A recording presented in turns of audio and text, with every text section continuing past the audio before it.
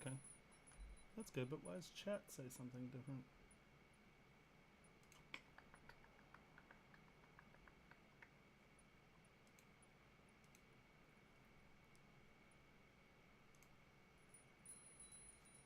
Hmm.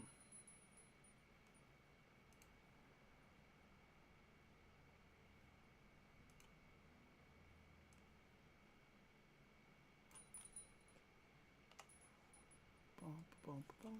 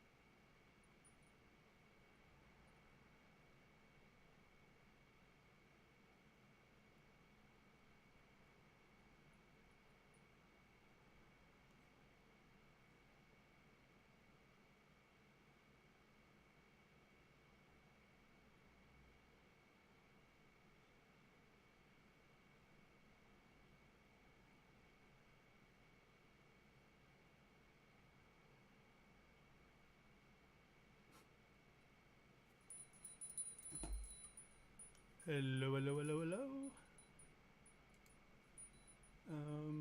For some reason my chat seems to be mislabeled. Can everyone see? Is everyone here? So we're doing critiques. The Dropbox link is there in the title, as well as the description, even though I don't see the description. Hey, old man, how you doing, my brother? Okay, hold on. Let's do this.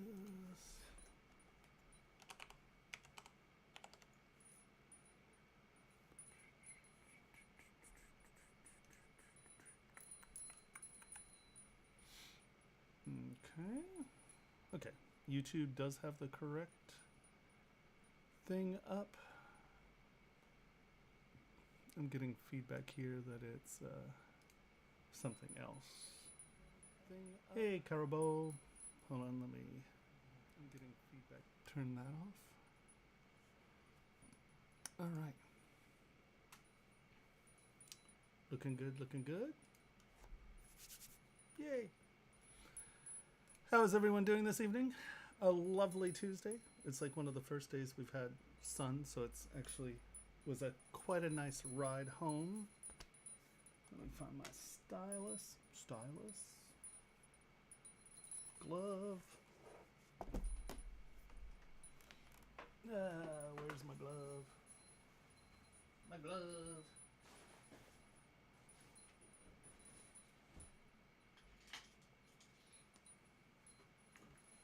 I have so many of these things and I can never find them. All right. Okay. All righty.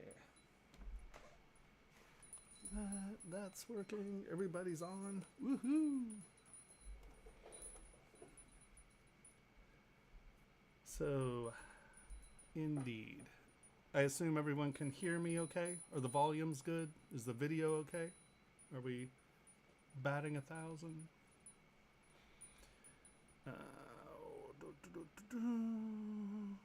Load tools.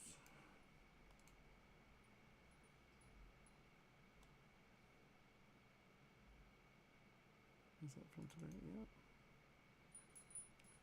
I wonder what the other one. No. There's the link. There's the link in the titles. Just that's a Dropbox. What is the painting over my left shoulder? It is my friend's. Does that show it? Hold on, let's see. There you go. I can't tilt up. It's a young woman. She's a chef. She's awesome.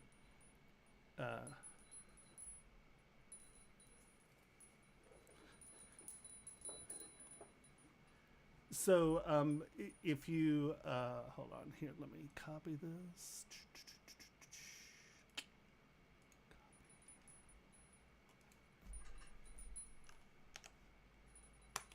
That's the Dropbox. Dropbox.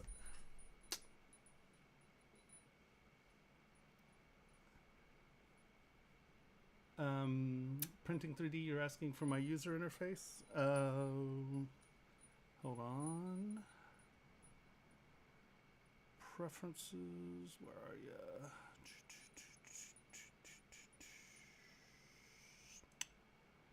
Config, save UI. Let me save it to desktop. Give me 1 second.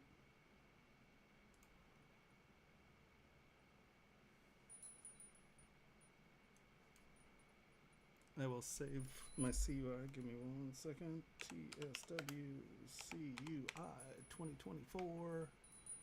Save. And then no, none of these take.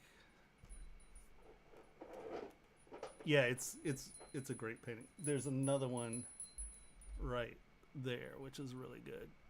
Sorry, I can't tilt the camera at the moment. But come on, focus on me, not my bicycle helmet. No, you're not going to focus on me. Is that the autofocus? I'm scared to touch things because... Come on, you. Really? Seriously? Autofocus. There we go. Let's see. Is it just going to focus on my bicycle helmet? 1 second. Sorry.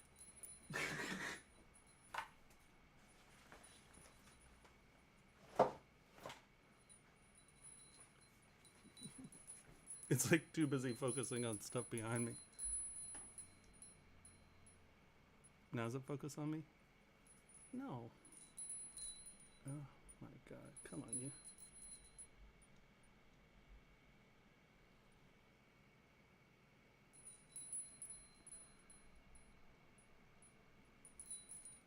Why is it not focusing on me? It's very annoying. Come on, you.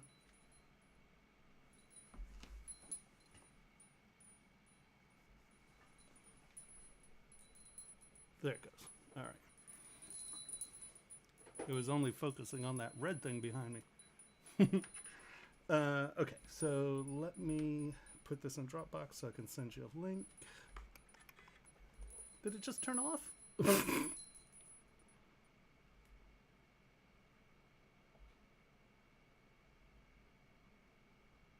Are you kidding me? Okay, it didn't like autofocus. 1 sec. Did I just kill the power? What happened? Alright. This is always a joy, guys. Sorry.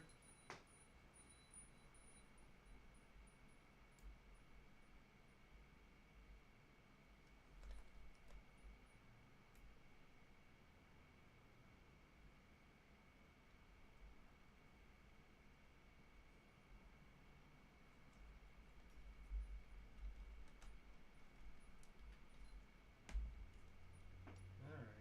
This is ridiculous.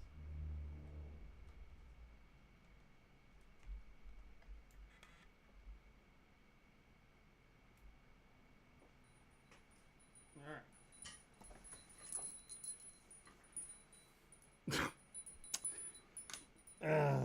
How have I chosen to surround myself with electronics when I can't even get my thing to work? Right on. Hold on, let me do one more thing.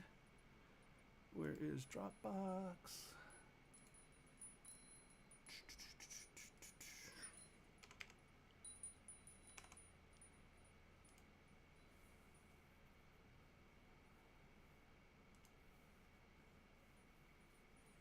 All right. Where's my desk? Really? Is everything just going to be a pain in the butt today? It appears it is. Okay. Dragon. Where's my desktop folder? Boop. All right, drop that into there. Copy the link.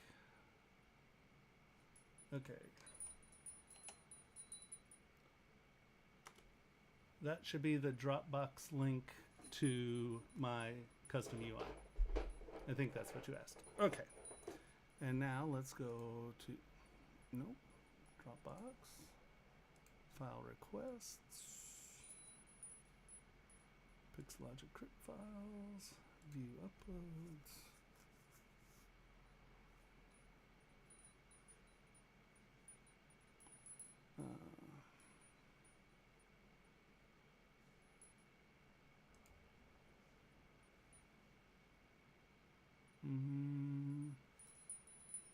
I don't see it yet, Gromit.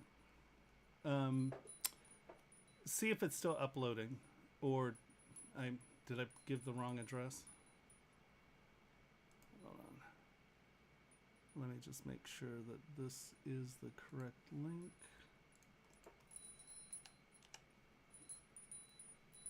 TY. Yeah, that should be the right link. Okay. Okay, there's that. And now we had one other. Where is download?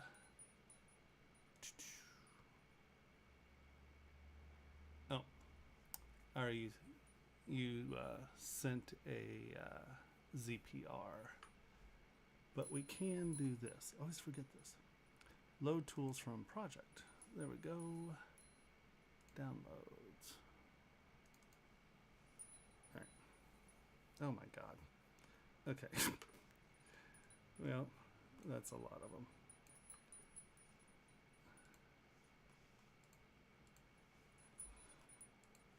So guys, this is why I want you to upload ZTLs, not ZPRs, because I get all of this crap out of your ZPRs. All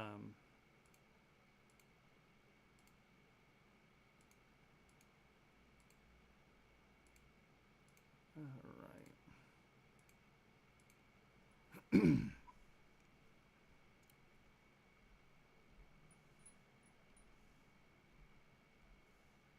Because I have to pull all of your tools out if you send it to me this way. Okay.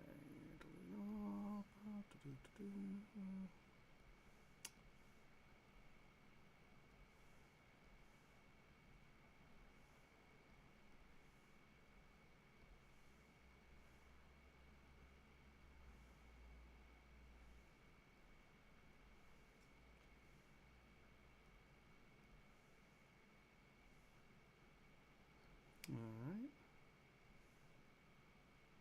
We're very close. All right. So,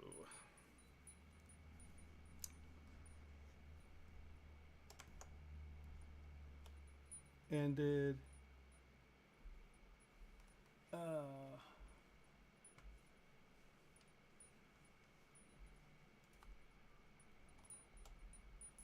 Okay. Okay, that's fine. All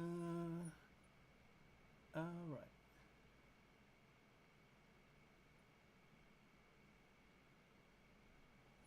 All right, Karabo. I'm assuming this. Yep, this is you. All right, we're starting with you. Yes, at last. It only took a half hour to get there, right? All right. Only like 10 minutes, but just to make sure everyone can hear me fine, everyone can see fine, we're good before I start not paying attention to anything.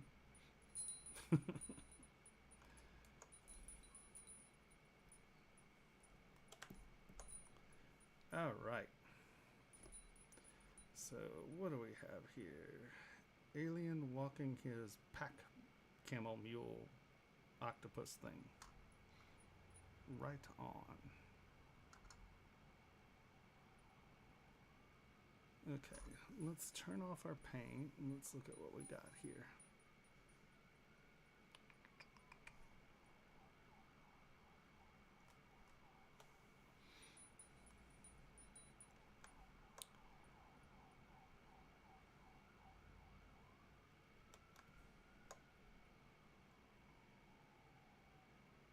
All right, let's look at our pack animal first. Okay. About how big are you thinking? About how big are you thinking to print it? Like in the standard, like 10, 12 inches, or smaller?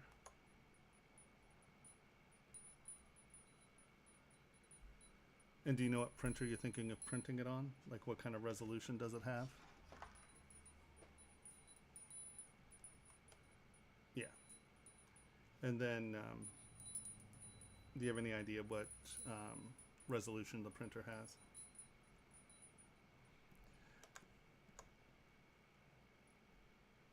Okay, let us go to ClearTubes. Okay, so you're dealing with probably an actual like 25 microns if you're going at it. So the first thing I'd say, like for printing, one of the things you have to be careful about is putting too much detail and stuff. So when you go into like, you know, when you're doing rendering stuff, the fabulous renders have like every pore and every hair and every, you know, little nook and cranny. So when you go to printing, that just starts to look like sandpaper.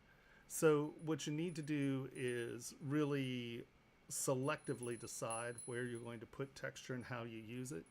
I tend to find that, you know, going in and putting in all your texture, like it's actually going to get away, it'll take away from the detail of the muscles and stuff, and it'll just start to look like bumpy sandpaper, because very few printers actually have the fidelity to pull off this kind of subtle skin texturing.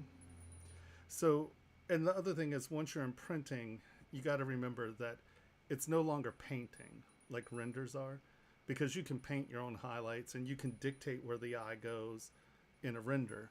But in an actual physical object, you're dealing with reflection. So you have to think about sculpting in light, right? You're dealing with reflections and how surfaces react to light. And so, you know, this is beautiful work. And what I would probably suggest doing, I tend to use SK Trim Polish, but come back in and like where your highlights are, just kind of start to, whoa, that is a little too much. Let's turn that down.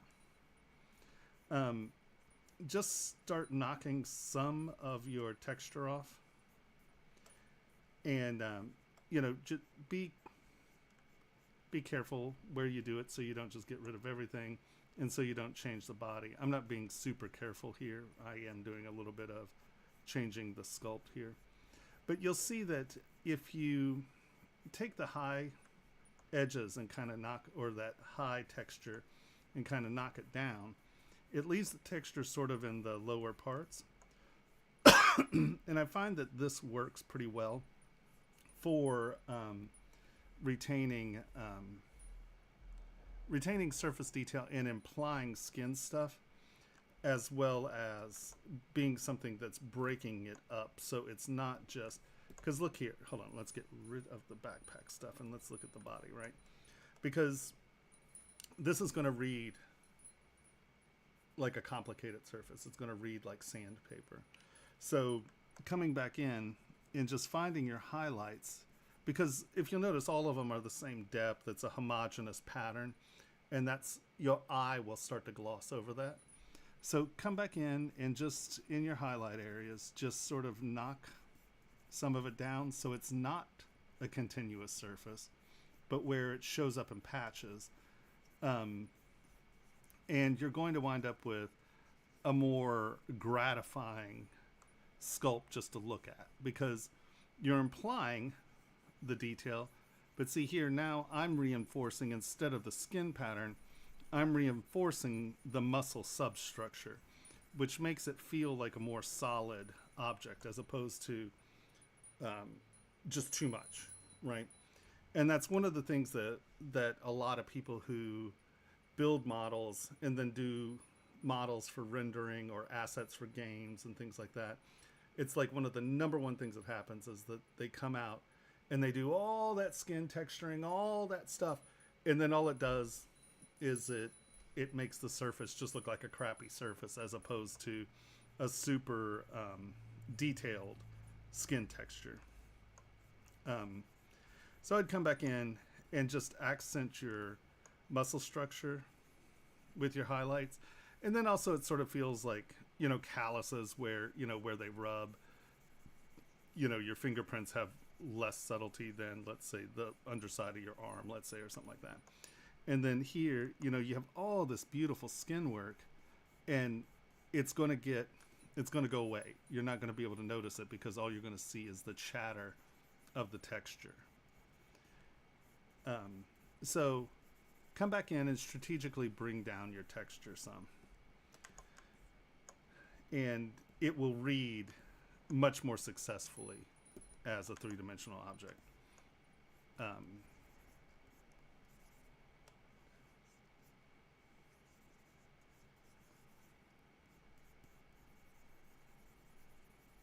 Especially if you're going to only make them like 6 inches tall, all this is just going to read as noise. It's just going to be chatter. It's not going to be, oh, look at that amazing skin design. But leaving like the little leaving like little imperfections like that, and what you have going on here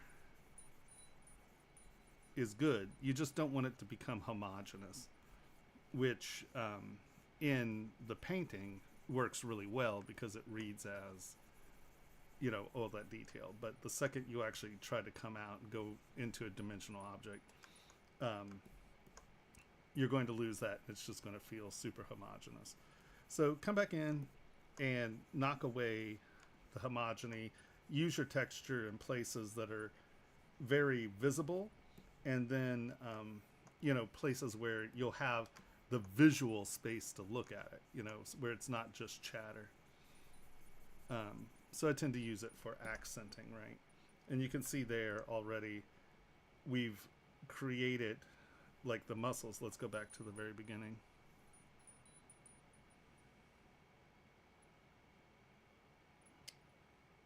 Come on, Pokey.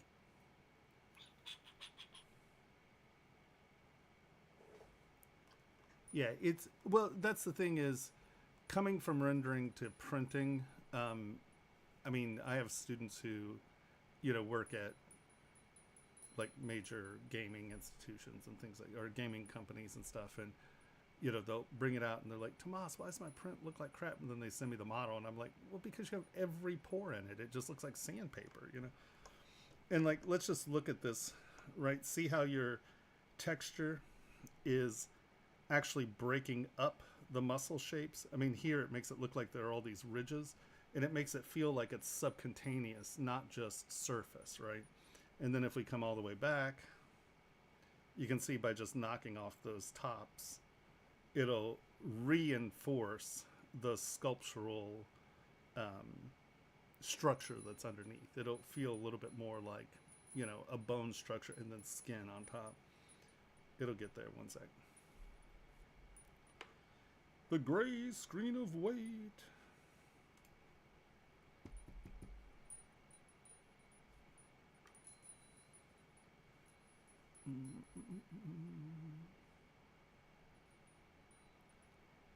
Right, just see how you can feel the motion of the muscles underneath the skin now, as opposed to it just being a sandpaper surface. So that's good. Now, the muscle structure you got going here is looking pretty good. You've got pretty good tension here.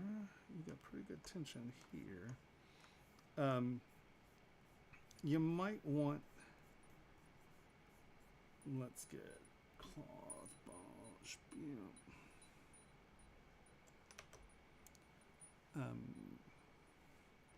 Now I'm going to be a little melodramatic here so you can see it. Just remember that this is tense, right? So I know this isn't going this far, but right, it's going to come over the meat, and then it's going to be tense, and then these things intersect. So you want to really sell the the surface tension. So think of, the tendons coming around, and then it's a straight line until it connects to something and then bends. And then you're getting tension of those tendons stretching over. It's like these being calf muscles, they feel a little lumpy now, right? Because this sort of feels like a muscle in a relaxed state as opposed to a flex state, and it just got a little soft here. So I think you want to kind of accentuate the fact that these are flexing, and that's just by finding those, because it's a tendon that is the base of it, so it gives you something to think about where your surface tension is. And like here, having that cut in behind the tendon a little. Like, you want directionality of that flex, right? So that's way too high.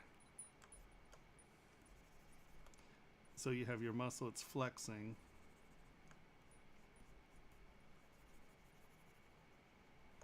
And then your tensions.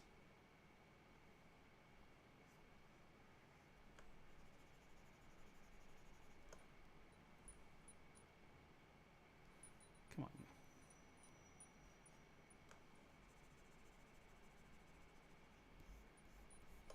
And I think by the skin, I think you might have lost some of the subtle surface tensions that you need to pull off, because the muscle's flexing behind the tendon.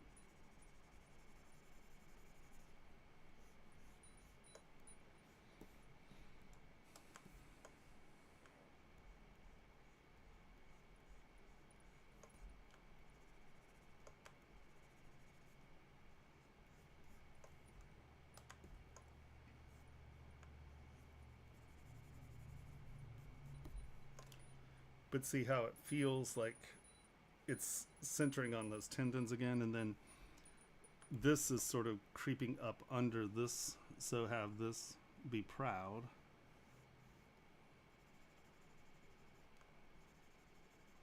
Just think of your muscles and stuff with their insertions and origins, and if it's flexing, where is it flexing to and from, and then make sure that it's going under whatever it should be going under, to feel like you're getting that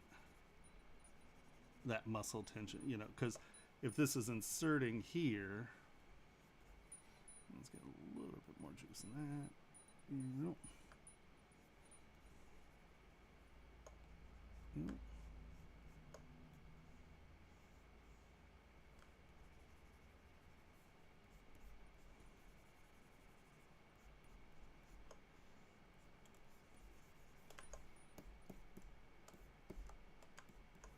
Like you can start to feel like those tendons pulling and getting some of that surface tension. Hey Strolly, how we doing?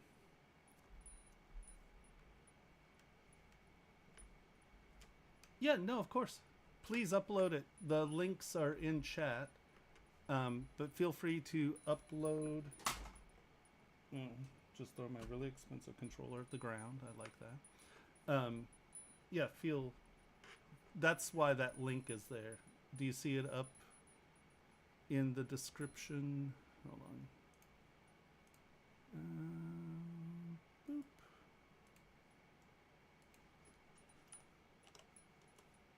There you go. That's the link. And yeah, feel absolutely free to upload. We're here forever and a day, so you're good. Where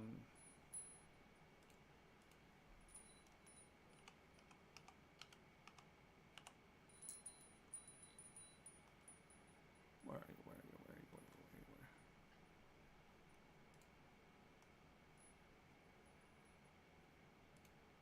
Okay. All right.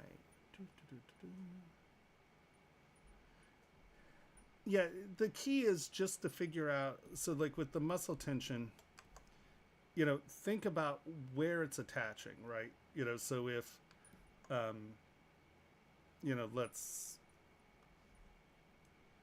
go to here and you figure, okay, so, and I'm just going to draw on your model, right? You know, you probably have your hip bone and then your knee bone, and you have that bone. And so you got to think that if this is attaching here, hold on, as opposed to digging into your model, I can just bring up my lovely, where are you? There you are.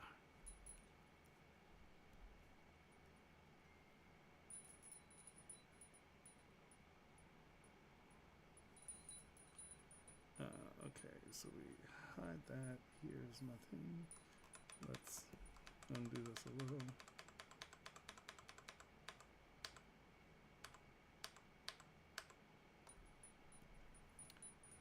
So, you know, you have your pelvic crest. That's probably doing something. Oops. Your hip bone. It's probably doing something like that. Then you have your knee, and then that bone has a protuberance of some sort, and then that's kind of doing that, right? So this is obviously connecting here, and it's probably connecting in here, right? Because you want, there's got to be a straight line for that line of tension to be happening. And then you probably are saying that it's probably connecting to here, because it's not going to connect to this bone, right? Because that's not going to do anything. If your insertion's here, you got to be connecting to this bone. So those can be your angles of tension there. So it's not just going to sit on that, right? It's going to be a tension plane, especially since it's contracting right now. Let's go to build up. And let's, whoa.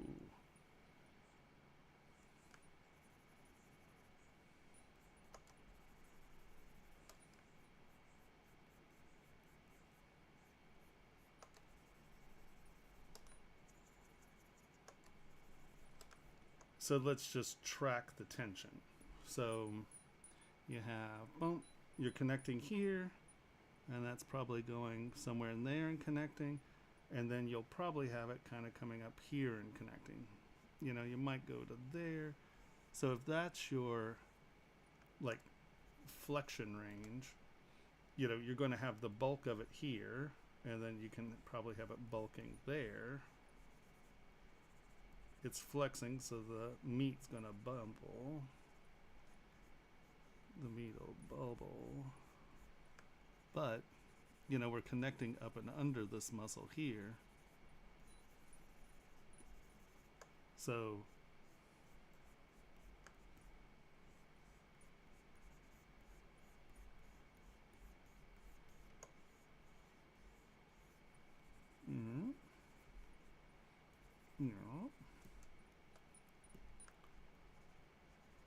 and so that'll be connecting back in there. And that's what gives you your sort of muscle flexion there. Get a little meat flexing, get a little meat flexing. It's digging back up into here, connecting to that bone.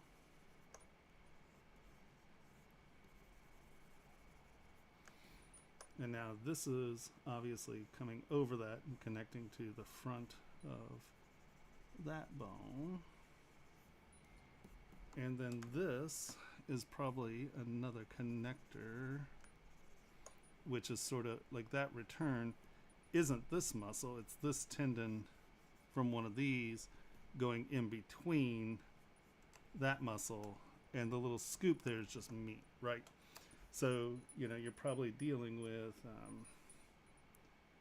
this muscle set, and then this muscle set,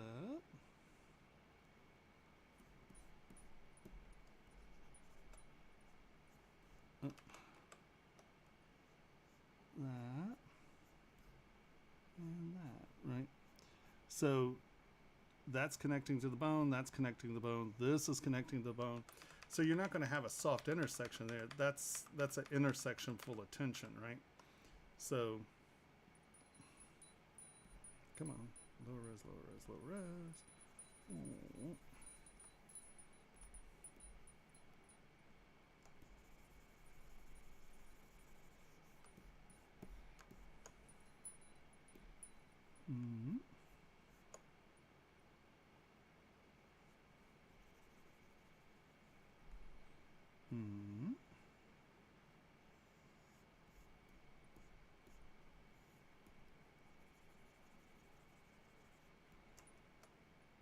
Mm-hmm.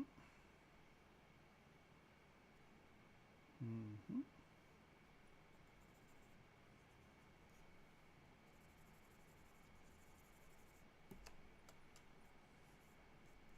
And then when it's all under the meat, you get something that's more like that. And that's where that sort of curves come from, is the meat filling out. But you can see that a tendon wouldn't do that, right? So that's going to be something that's cutting back and in. And the only way you get that soft return right there is just by the meat filling out. Nope. Okay, stop. Does that make sense? And now see how that feels like it's actually going up into the body, up into a connector. That can be bulk, that can be bulk, that can be bulk. These can be flexing, but they're muscles under tension, so your tension spots are going to be there. And then again, this is something that's cutting straight in. And then that's probably going to the other side. This muscle probably comes in there. That muscle comes in there. And that's where you're getting your crossover.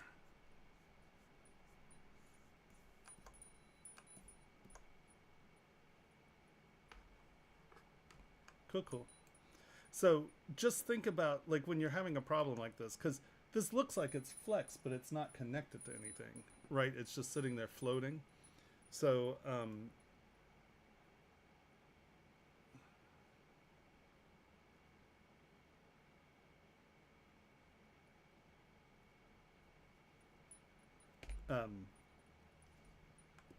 so when you just start thinking about your processes, just make sure that you're thinking that, because especially with something that's flexed, it's going to be a tight line.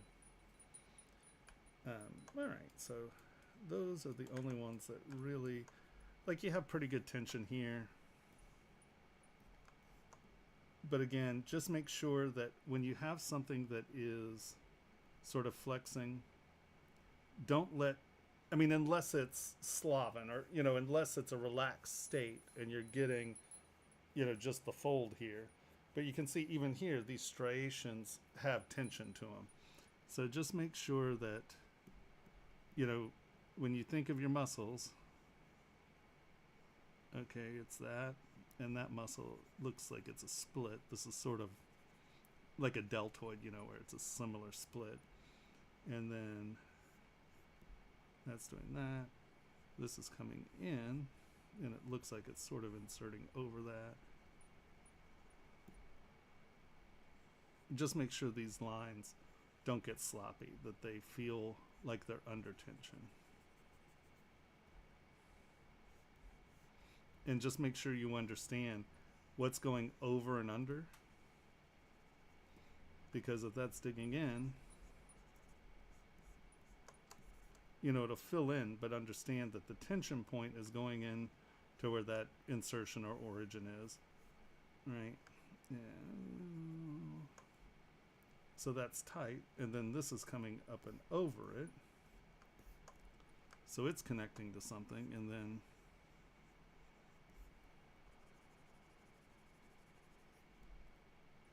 going over it.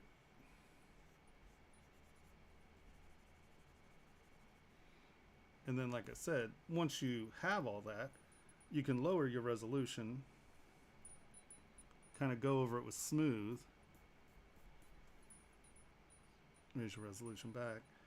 And then, it'll be like under the surface, but that crossing over is,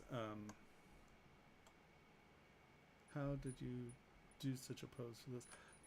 This isn't my model. I'm just critiquing it. I'm not exactly sure how they did the posing.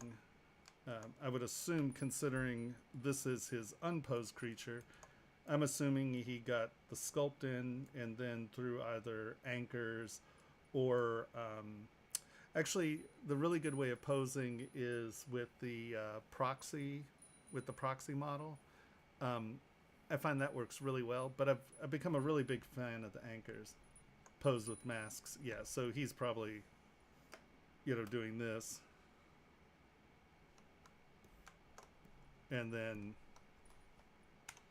either just with his rotation tool or something, getting it in and then correcting it or fixing it. I find the anchor tools now. Let's move rotate. I like the anchor tools because you can see how you're getting like the compression a little bit easier there, and you can kind of move it, get it where you want it, and then you can also come here, change it the twist, and you can rotate from a pivot point, and that gives you a lot of control over your posing.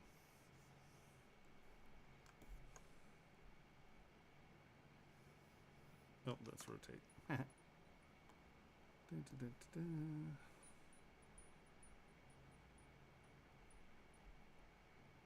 Oh.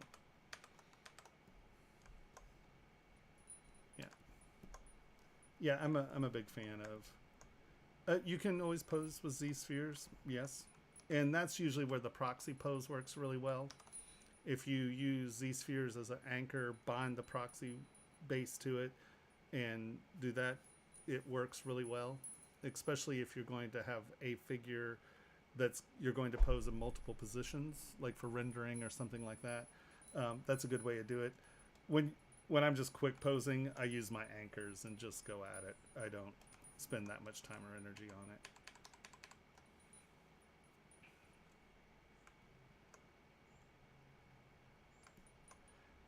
Yeah, that's a 2024 feature. I think it's a 20. I think it came in with 2024 completely.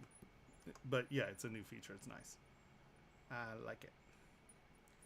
Yeah, so work on your tensions. Let's not go to him just yet. Let's go to your backpack.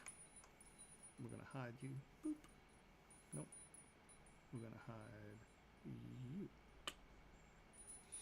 All right.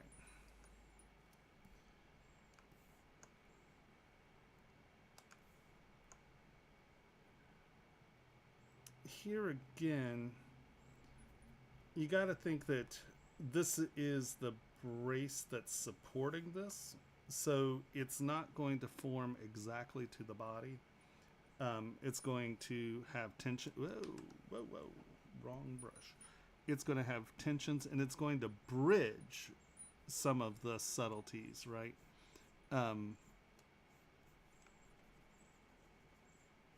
It's not going to tie directly to the surface, so it's not going to dip right there.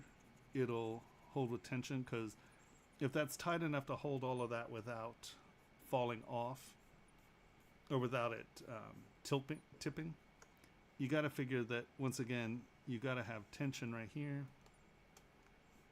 and that is going to go from peak to peak.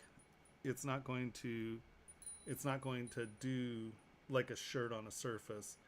It'll have a lot of tension on it. So you want to make sure that where these are going over stuff, like where it's going over stuff, it's probably not going to be that responsive to the surface because it's under tension. Right. Because see how this feels loose? Where, and so here, once again, you're going to have, this is going to be tight.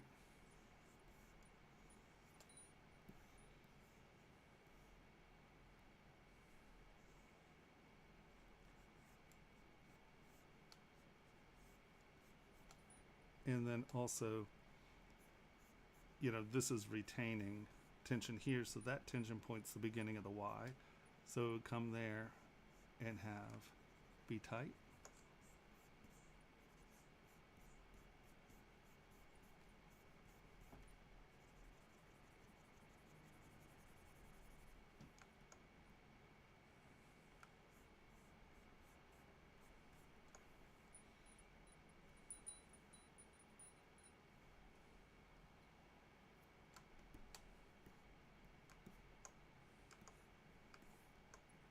See, because this is under tension, you're going to get a tighter fold here.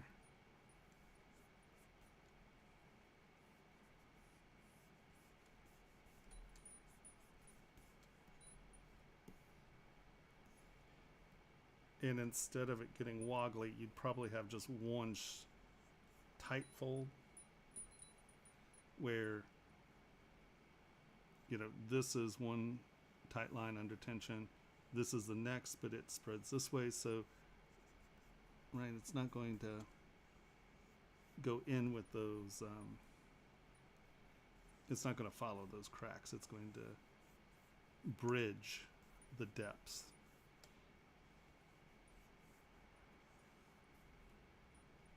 And then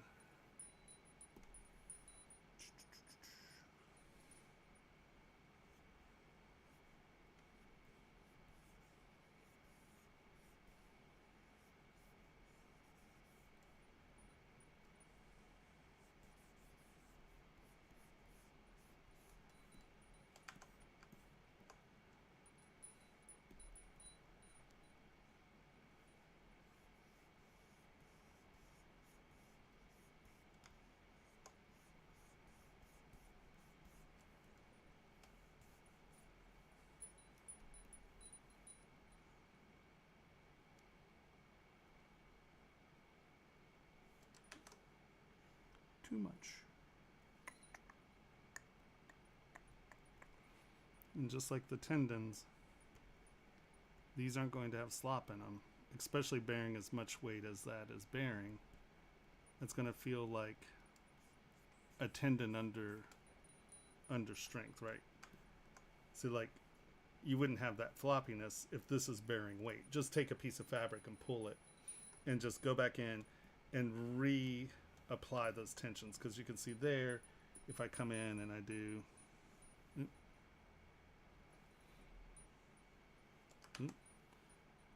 I'm doing this with pretty low res, so you're not going to see by just putting those two facets on it, right? Here's a split in tension, right? This is being attached here and this point, so you're going to have and that's going to go to wherever that weight changes. And then that's going to come up to whatever that anchor point is, because that's bearing that weight. And then this is coming over here because that is bearing that weight. So these are all going to be tight lines because they're pulling. So look out for your tensions. And I understand like getting your strap by masking it and extruding it or whatever, but yeah, because actually, don't worry about that just yet, because if you get here, let's take this for example, right? I know there's stuff in there, but let's say that you have this going on behind it. You can always come back in and mask what you're not seeing. Do I have backface mask? No. You know, mask this. And it's super easy just to do stuff like this and just drag it into the surface. And as long as there's a lip on the outside, it's going to feel like it's floating. But it's very easy to, so here, let's do this. You can take something like this. Now, I know that this is multi-dimensional, so this is not the best way to do what I'm showing you, but you'll see what I'm saying. So you get everything, and it has all the airspace in it. And if I, let's turn this on. We're going to go W, so everybody's the same group. And then I'm going to group front. And as you'll notice, the back side now is a different thing. So I'm going to tap on this. And now that is masked. So that you can just go like this, drag it in, And now, like from whatever that view angle is, you can see you no longer have undercuts. Now, obviously with this one, I would do this not that sloppily. You can come in with your auto groups and say, okay, I want to make sure that this one has no airspace behind it. You can just kind of go, okay, that's sort of the visual angle I want. Group front. And then come in, oops, and just get the parts you want. Like you can halo that and W, oops, hold on, let me turn lines off. I can't see what's going on here. And we want to flip it. And now you can see that you can just go through and see here, just punch the stuff back that you want to punch back. And that'll allow you to retain sort of that feeling on the outside if you want to, if you want to get that thicker with no undercuts. Or, if you don't want it, you don't have to take it all the way back. You can just do that. And now you have, much thicker things, and you can determine its viewing angle. If it's going to be on a podium or something, you can dictate where that angle is, right? So if we know that it's going to be seated like this, I'm going to do that. And now that's thicker from the viewing angle. And you can see it's thicker behind, but your viewing angle still feels very loose in light. But it's dramatically thicker. So you can go through and really tune what's thick and thin by viewing angle. All right, so once again, have tension in your straps. Be careful of your textures, especially on something like this.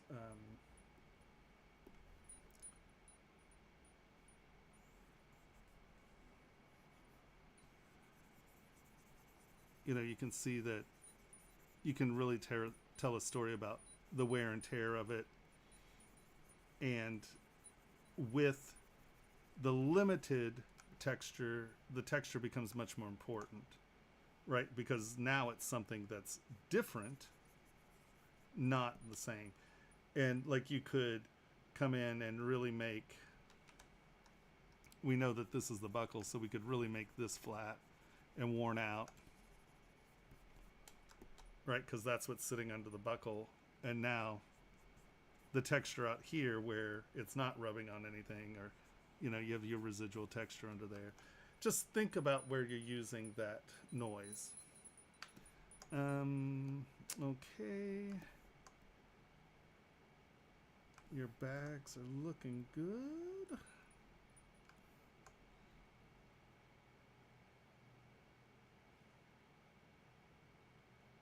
I like the feeling of that. This is super nice.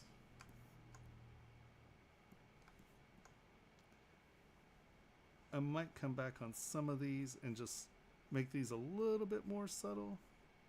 Only because, once again, if it's packed with something, like you might want to take one of these and make it a distinctive shape that's in it.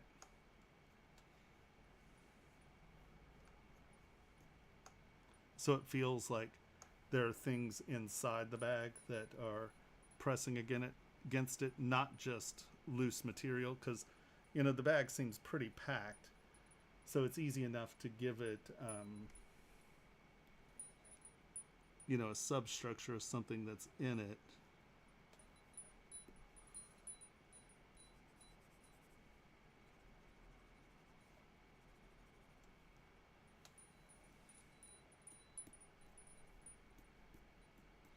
And then that gives you places, like you're not just doing wrinkles, but this gives you places that the wrinkles could start and have some reason to be there, as opposed to just loose bag, right? Because, if you have a packed bag and you're basically a camel train, or, you've really packed this thing, it's probably not going to be floppy.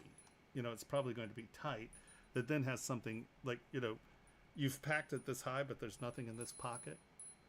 Wouldn't it be better if there was like stuff in the pocket, and then that's where, that's where these are coming from, because there's something pressing in the pocket as opposed to it being empty and flat. Because, you've spent a lot of time packing this thing. I would assume that you would put stuff in your pockets. Right?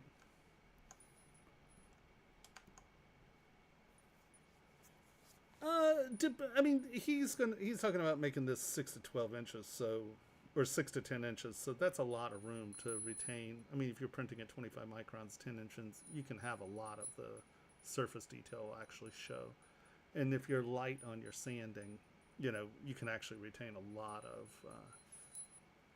lot of detail at that scale.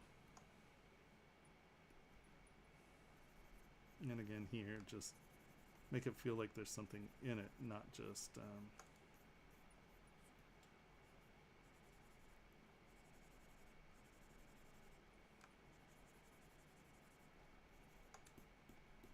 loose.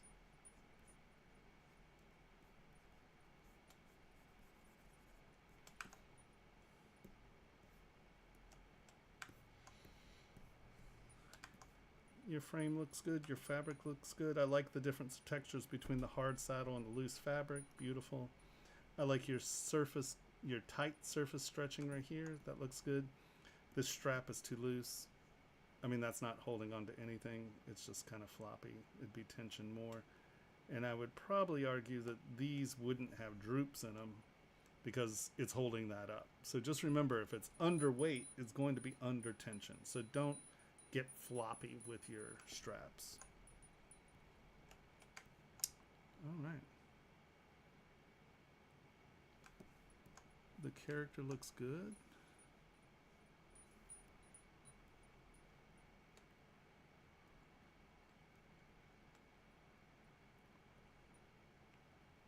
With the tilt of the head, you might want to add, come on. Think about the gravity. Ooh, no, that was lovely. Think about how the gravity's working here, because it feels like you did the face, right? If we look at the center of the face, right? It's pretty symmetrical and it's pretty lined up, right? And if you look, the gravity of these are sort of facing 90 degrees down. So when you shifted the head, think about this stuff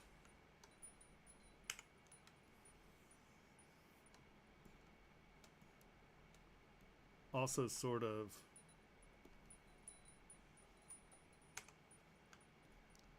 taking the droop there,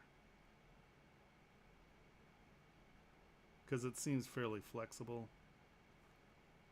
So make it feel like it's a little bit more twisting off as opposed to being 90 degrees on the face. Think of the gravity of the part, and make sure that if they're loose, that you want them hanging at a relative 90.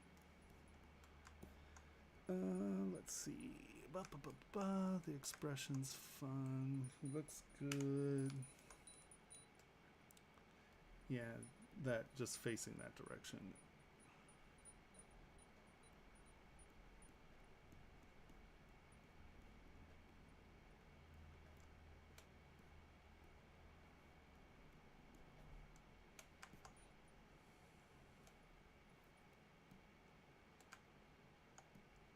Make sure his feet are on the ground. I don't know if there's a set or a rock or something, but make sure that he's actually on the ground. All right, so now let's look at your rider.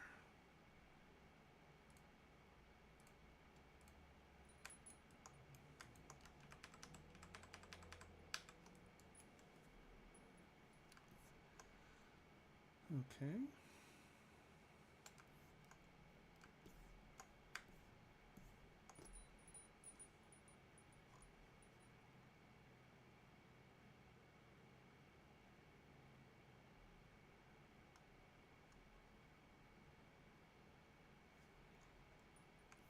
again, remember that these curves are created, like this isn't actually a curve. What this is it's this meat hitting and tensioning, and then this going like that.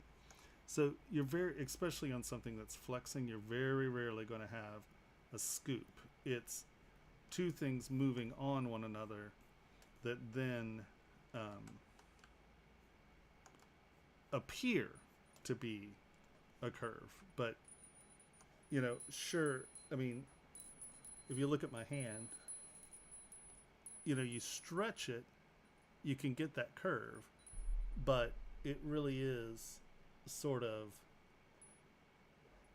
it's this attaching up here and this attaching down here, and you're getting that pinch right there. But when it's relaxed, it does look like a thing, but you can see it's still crevice there. So be careful of your soft C shapes and intersections. No, don't worry. These are just a little farther along than others, so I'm going to go through and look at them. I mean, it could be your first model ever, and we'll look at it and look at the shapes. It can be, you know, something that's ready for a portfolio. Don't worry. This is purely about talking about work. It's not extreme judgment or anything. So again, I know that these might be flappy, but be careful about things just getting sloppy in the sense of your edges, right? Just if it's under tension, make sure your curves are nice and tight and clean.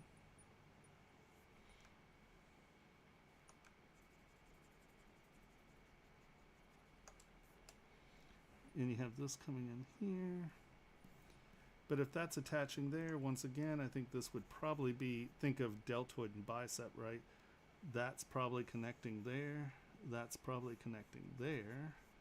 And sure, under tension, it may appear to be a full curve, but, you know, rarely in anatomy do you come up with soft C's. It's usually a series of, okay, that's connecting to there, that's connecting to there, and then this might be connecting to here, and then that reads as a soft curve, but it's not. It's a series of tensed or structures under tension.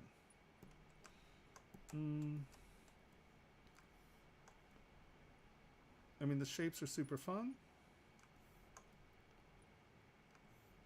Yeah, once you pose it, you know, you can go back in and really define that stuff. Yeah. Nope, without a question. It looks good. I thoroughly enjoy it.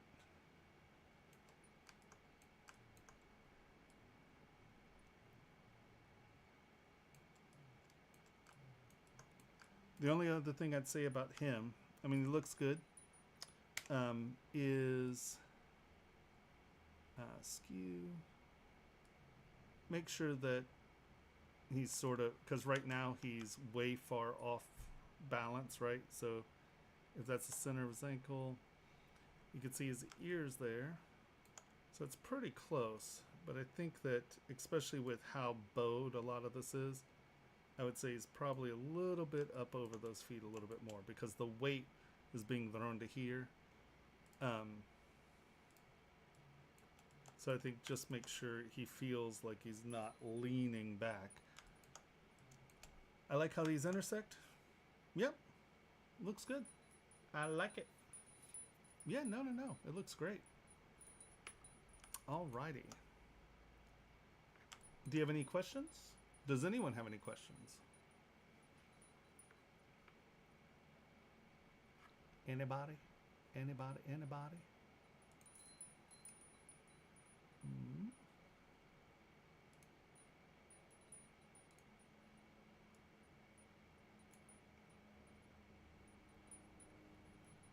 All right. Oh, I'm glad. Yeah, no, that's what we're here for. Okay. If you don't have any other questions, we will move along in our quest. and we have well, when it came out of the ZPR. So everyone remember ZTLs, STLs are OBJs, and I mean you can send pictures and things like that too. But the ZPR is just if I extract it, I extract all of them, and it just becomes a massive mess. So, all right. So first thing about the ring, sorry, whose is this? Hold on, let me go back to Dropbox and see if I can find out. Is this?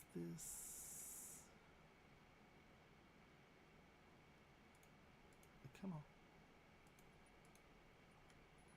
File request.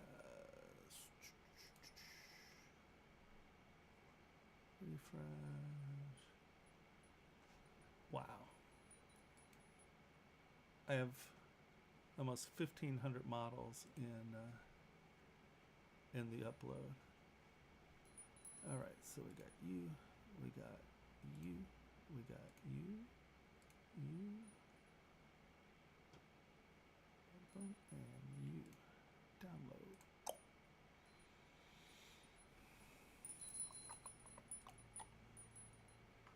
Okay. So just as far as wearability goes, this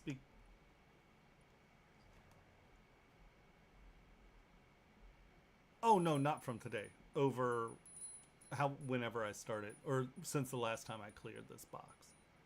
I clear it every once in a while, but this has been here for a while because I haven't done. I mean, we just started restreaming again recently, so yeah. No, that would take a long time. So for this ring, I think the number one issue is, okay, that's cut, is that the shape of the ring's a little wonky. That'll rub the fingers kind of oddly. So you want to make sure that this stays pretty cleanly with, you know, your ring shape. Because if it slides around on the finger, it gives it room to kind of come up and jam into your fingers. So just make sure that the band stays fairly band shaped. No, you got it. Now, this is pushing the boundaries on upwards. And that's up and off the finger, so that's fine. I mean, that's going to hang off the finger pretty well, but that's fine. You did a good job of sticking with your over and under on the knot pattern. Okay, those look okay. That's doing good. To really punch sort of the, like almost the skull shape here, you, especially since you have these knot details which have visual complexity, you might want to think about just throwing a texture in here, sort of like that. And that's going to separate, see how it separates this like cheekbone and this shape out, and it kind of ties in with your knots. But that also isolates that face shape, which sort of skull shape in the front. And then because, and I like how you've done it, where you've actually come out of the frame and started your knots here. Definitely punch this a little bit more. It's a little too subtle. And keep these from getting round. See how yours are sort of rounding out? Keep them flat because they'll reflect the light much better flat. And this is why I do everything in clay tubes first, because it allows me to, let me get a little more geometry in there. It allows me to come in and make sure that these are flat and clear.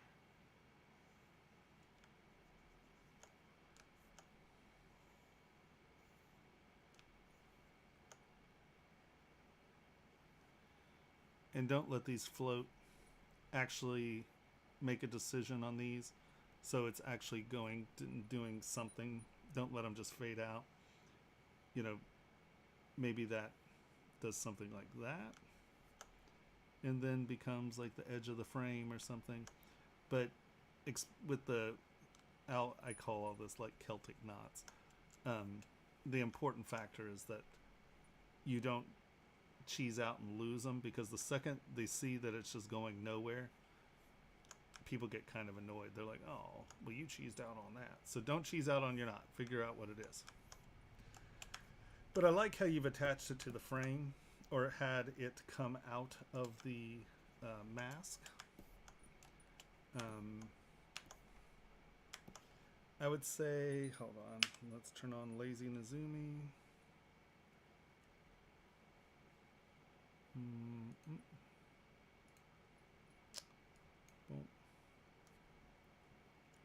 I'd say get Lazy Nizumi, or use your radial, Come on, hide you. Here it is. Because it allows you to make circles. Turn on symmetry. Because for things like this, when you have because even at it's sort of rubbery, this mask is still a hard surface model, you know? And I find that when your circles get sloppy, it feels sloppy. And Lazy Nizumi lets you come in and, you know, you put a circle wherever you want. And other things, but in this context. And see, that also allows you to kind of bring that out, and that's going to follow the frame of the mask. And that lets you kind of play with some transitions or something.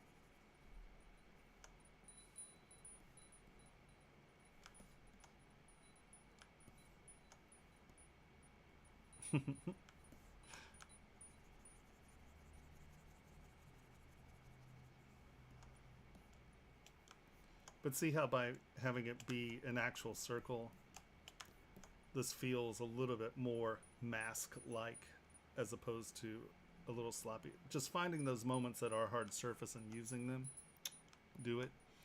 And you may want to connect this, have this one originate in the mask as well. Yeah, let's go to this side.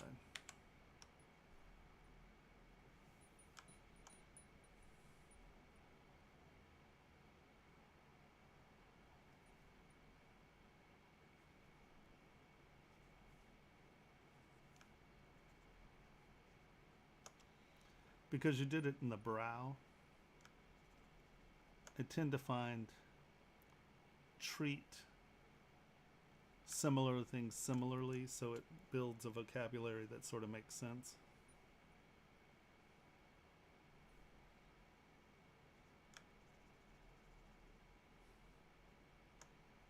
Because at the end of the day, you want to develop your own. These are all symbolic gestures of sorts, so you want to make sure that you're speaking the same language, so you don't confuse the interpretation of what you're doing. Because see, with that blending into that, if this blends into this, that makes some sense, and then feasibly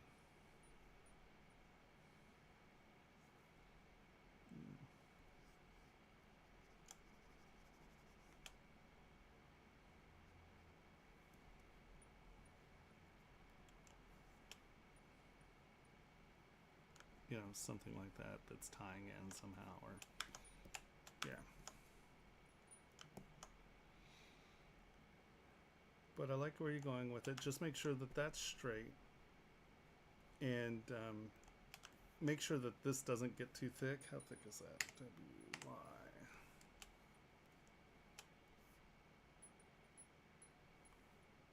11 mil. Because you based this on a ring, didn't you? Yeah, that's 19 mil. So this was based on a real ring size. That might be a little steep, sticking it into your hand. You know, that's a centimeter.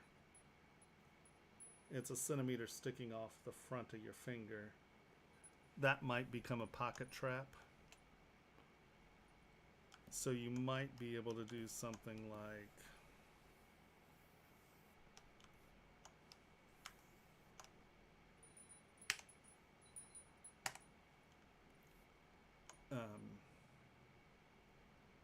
make it a little heavier in this direction, thus lowering that. And then what you can do is, you know, you have the thickness here. Hold on, let's... what? That makes no sense. Oh, here we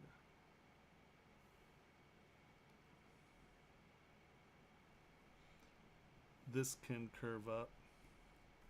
You can have that tension there. But it's now a little lower and wrapping around the finger, and that way it's not standing quite as far up off the finger, and you're still going to get a very similar wear here, you know, but that breaks up, it gets it off the finger a little. Do we have questions about that? Hey, Ashley.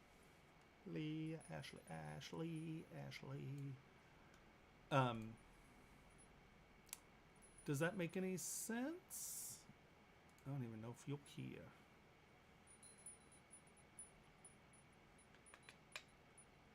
All right. So if you have any questions, we will feel free to ask. All right. So let me go to our downloads and unload the rest of these. I'm very glad. All right. Let's see. Open with 7-zip.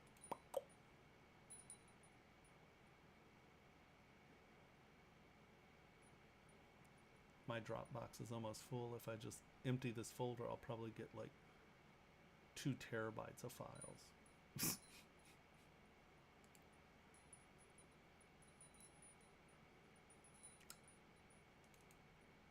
Okay. So let us load these up.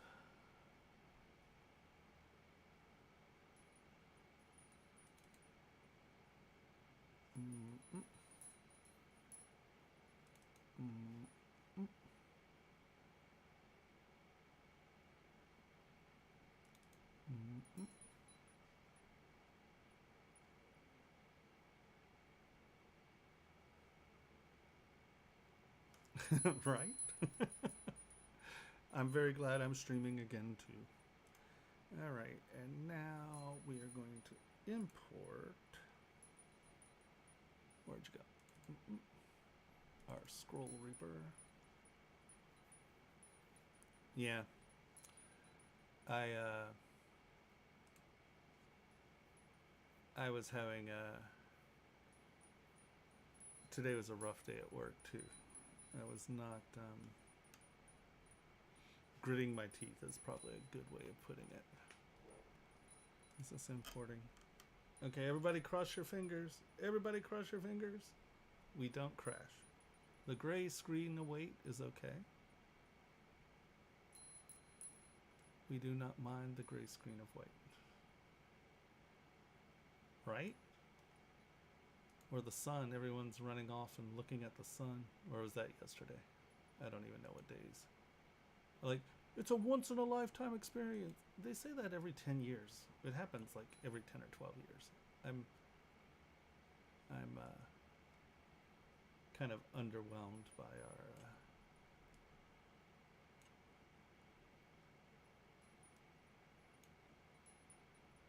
I mean, you know, we send things into space and we're all still like super uber Like, oh my god, the sun's behind the moon. It's like, yeah, it happens. They spin around each other.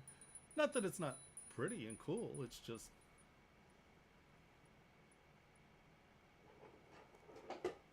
No, no, no. Don't get me wrong. I love to go look at it. But they're like people flying like the path of it. I mean, come on, guys. What are you people doing? It's an eclipse. It's not voodoo. Oh my god. Thank God I did not bring this in as parts and all of those layers. Holy Hannah. You make a lot of little parts.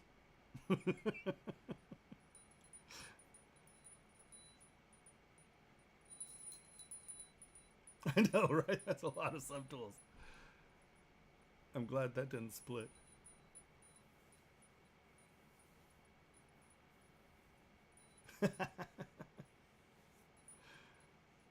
Okay. File imported. Awesome. Now, who came first? Who uploaded first? Okay, Colby came in first, so let's go to Colby. Which one is Colby? Colby is Earth Elemental. That's you, if I'm not mistaken, right?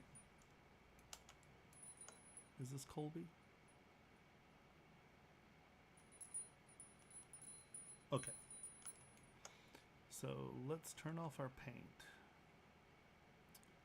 Well, let's look at it in paint. I know I use blue, so everyone's painting always looks like wonky. They're like, why does it look like poo? Because we're on blue.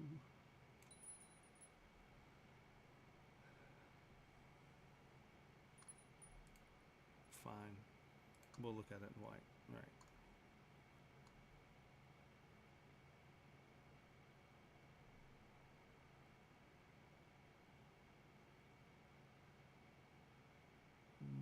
Okay. Now, enough of that. Let's look at the model. There we go. Okay. Let's turn armor off. Let's turn weapons off. And let's see what we got here. I always use blue. I do this for manufacturing, and the Mod Dirty Blue 1 is the best material to show you what you're going to wind up in the printer. A lot of other materials make things look darker. A lot of other things make the highlights look brighter. This is, through all my testing, this is the material that we tuned to do this. Michelangelo Hernandez and I sat down and made this, and he is no longer with us, sadly, but we made this material, and yeah, it works great.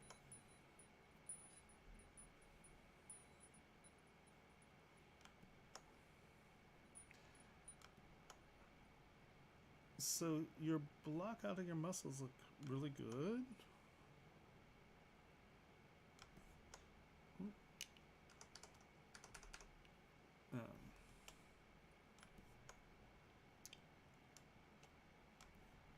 I like it. I like these transitions into the hooves. Very nice. Feels good and natural. You haven't come back from your posing. In your posing, these muscles got a little soft. So just before you're actually done, just remember that, as we've been talking about earlier, these are still under tension. So just make sure they don't get sloppy and lose their surface tension. So if that's origining there, just make sure it feels like there's tension. See how this drips?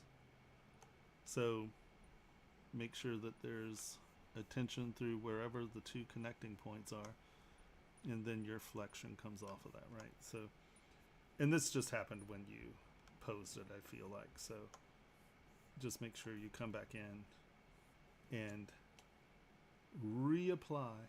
Boy, a lot of tension comments tonight. And reapply where those surface tensions are. what's going over what and what's going on over and under. I think you got pretty good here. I think that when you posed it, though, you lost a lot of the subject because you have it up here. You know, it's not like you don't understand it. Just make sure that, you know, these are actually straight lines. If they're under tension, it's a taut tendon system. So just make sure that you fix that one there, because all of this looks good, but they've remained straight. You know, that one could get a little bit less. And on this side,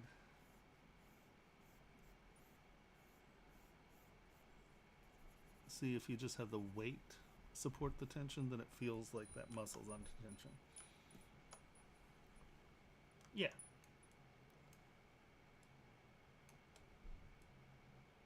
Hey. I'm actually, hello, Vita Drainer. Actually, well, I hope you're learning. That's sort of the point.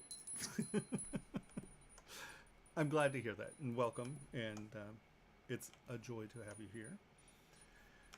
Okay, so that, and like your thicknesses look good. No, this, I mean, your base model looks great. Obviously, this is a separate part, and that, but, you know, once again, make sure that when you do wind up finishing that pose, it's not slop, right? Because that goes up and in.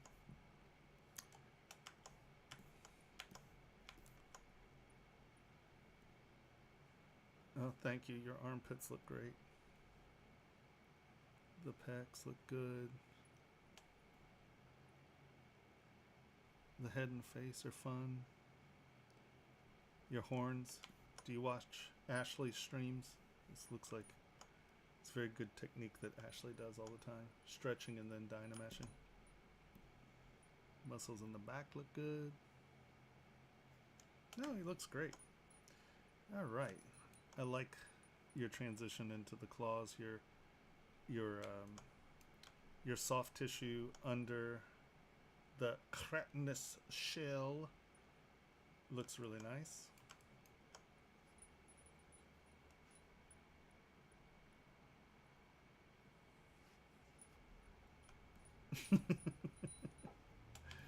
Right? Stretch it. Get that snake hook on its performance and dynamesh. Even though Ash has been going light on the slobber recently. I miss my Ash slobber. Okay, so that looks good. Your anchor looks pretty good. Now let's bring on our armor.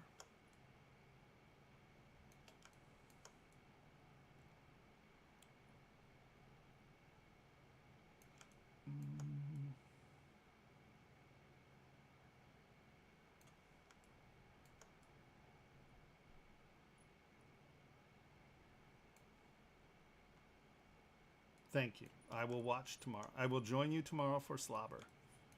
I mean, we had many a grand slobber conversations.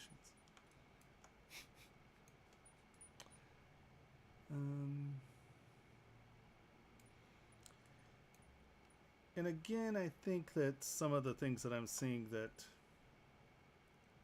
bother me are more just, once again, with the posing.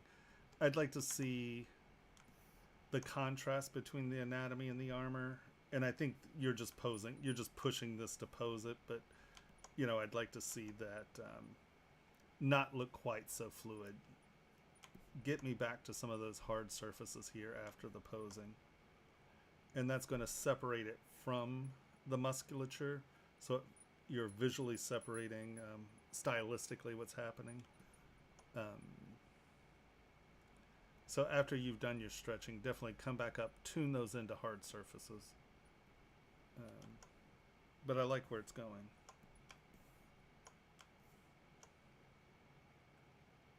Just make sure that you have full motion in your armor. That when you bring your arm forward, you're not impaling yourself. That spike right there might be a little, it might be a little vicious already. you've already started impaling yourself with the spike, you may want to rethink that spike.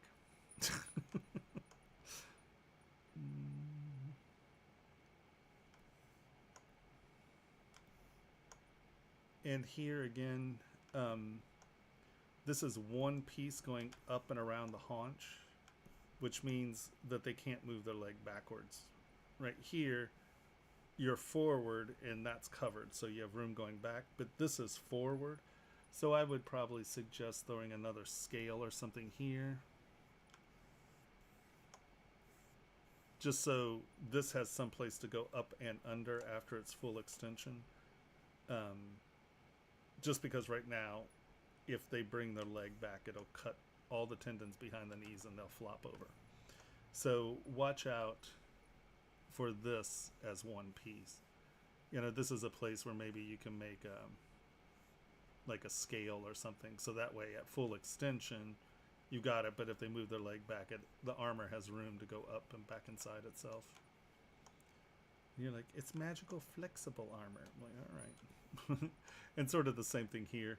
As it's trotting, this seems like that as one piece may gut this poor guy.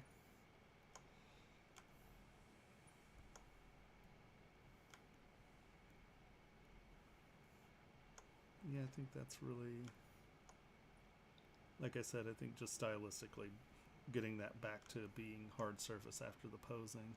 Because up here you have it, you know, it's just obviously you've been moving it and posing it and moving it, so I don't think that's a final thing. Armor design 2. Is that a completely different armor design?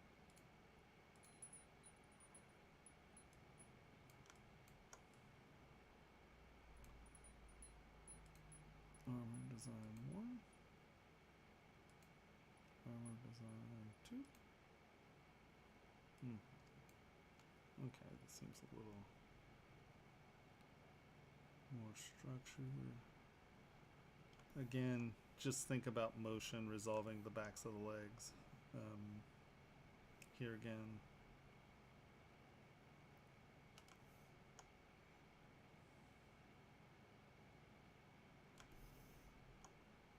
I like your rocky lava tail, that's nice. And let's see, weapon designs.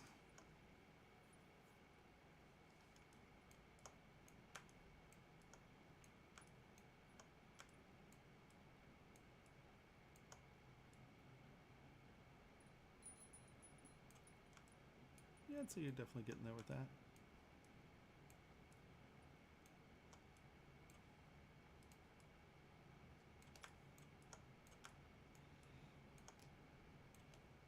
Yeah. So I would say that when you go back to your armor designs, I mean, like obviously what it feels like right now is that you're throwing shapes up and sketching through it, you know. So I'm not going to say, okay, well, you're going to cut your leg off if you move in this. But when you do get to the point where you're starting to refine that armor, wrap your head around what's going to happen when it moves. Because I don't know, it's something that I'm going to look at in any design is, okay, it looks cool standing, but is someone going to chop their arm off or impale themselves on something if they move? So wrap your head around that. I mean, you obviously, I mean, your sculpture's good. You understand anatomy enough to do it well, and I think that applies to the armor as well. So, well, if you'll notice, most horse armor doesn't have stuff on the backs of the legs. It's usually frontal. There is the plate, like the stitch square plate armor that was used in the Middle East a lot, but that's just a movie flexible like blanket that protects you from arrows. But you know, look at plate armor and just see how it works, and then just think about, you know, a horse is going, especially, you know, the rear haunches, you get a lot of travel and trot. And so you may want to look at some of the Muybridge images of the horse in full trot, and then look at your armor and see what would happen if it were in full trot or something like that.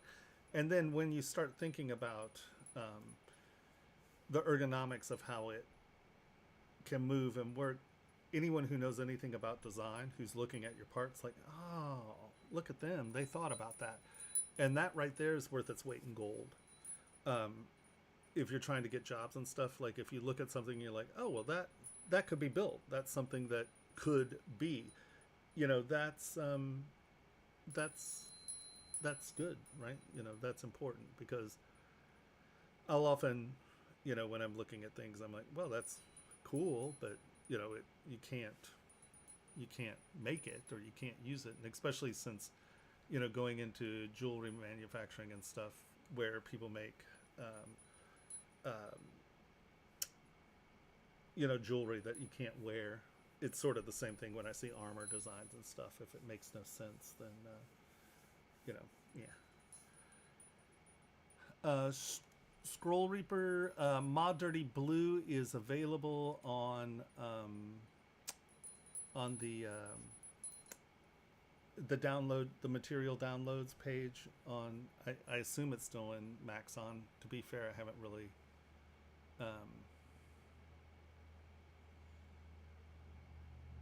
I assume it's still there. If not, next week tell me and I'll just upload it. Well, I like the idea of considering it as rocks and stuff, but then it's still, it still needs a place to move and go. Like, they could be teeth that are rocks, but as long as that leg moves up, those things have to interact. Because if it's rocks, unless it's lava or something, it's not going to move. The whole point, that's still a hard surface. So I'd still try to wrap my head around sort of the mechanics of how it functions. Okay, Software Tool says, yeah, it is. So if you go into materials, it's Mod Dirty Blue 1. It's the brighter of the two Mod Dirty Blues. So yeah, you can download it. Yeah, no, of course. But can you let me know if it looks like he belongs to me versus my others? Was that the... Are there images of the others? Did I miss it?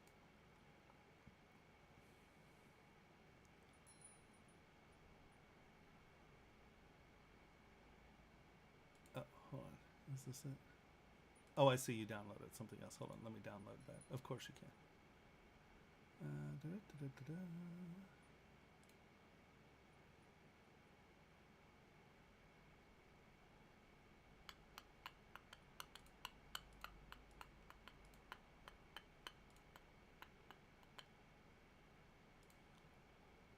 Download.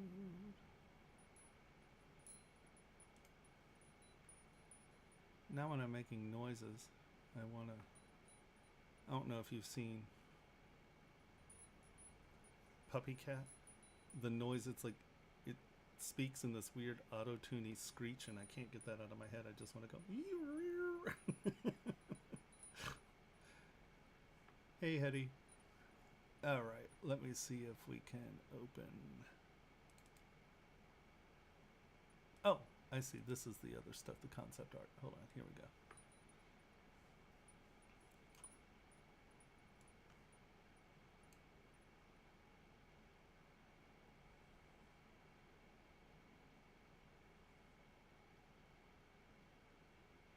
Oh, these are nice. I would say that because it looks like you took some real there's time and concern, or there is intentionality behind the armor design on both of these. So I don't mind the rock texture, but I would say right now you have your armor in like 1,000 different shapes or 1,000 different small parts. Especially if you're going to try to make it elemental-esque-ish. Think about it in forms. So maybe go back in and just kind of wrap your head around forms first. So where you're like, okay, so I have...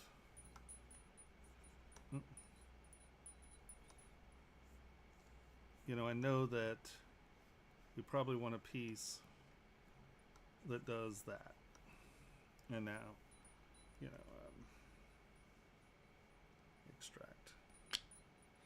and then accept. And then come here and know that I want a piece that kind of, where's my extraction? Hide you. Hide you, not go to you. Hide you. And then I know that this piece wants to come up under that one, right? Extract. Accept. And then I know that I have a piece that I want to be here.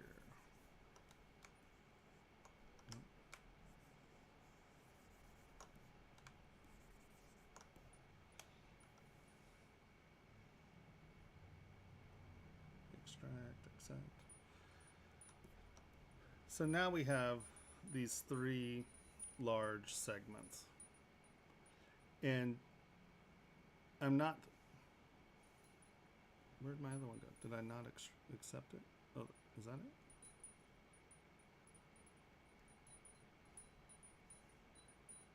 Okay, I guess I didn't extract it. Hide that, hide that. And I wanted this piece. Does something like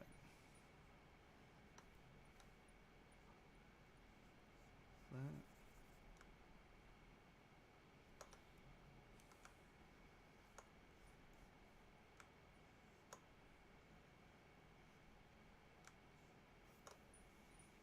And extract, accept. So now that we have our three big sections, you know, think about how they're interacting. Okay, so I want this to be on top. Oh, scheisse. Oh, yeah. Control. Move elastic.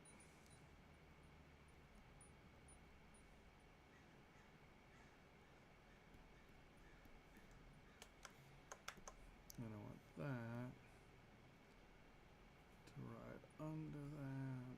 And then let's say we want this to kind of be proud in here and come down and under.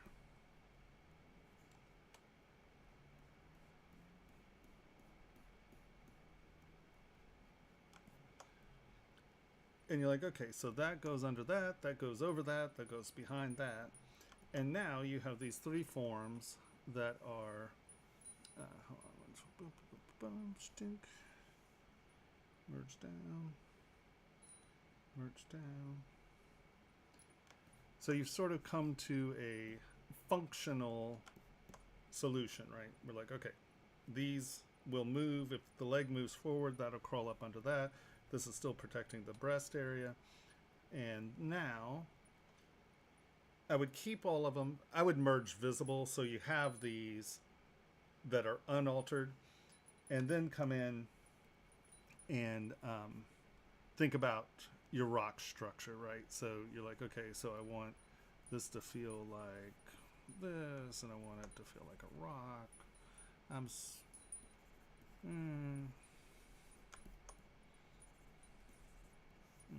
No, I keep pushing that button.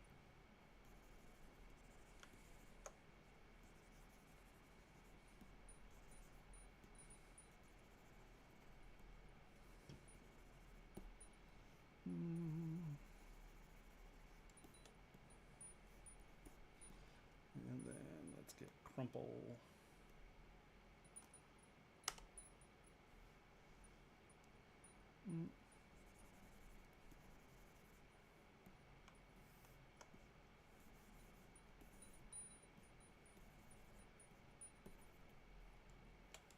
Whoa. Turn that sucker inside out, didn't I? Now oops. I totally forgot I had an earbud in. It just told me it was running out of batteries.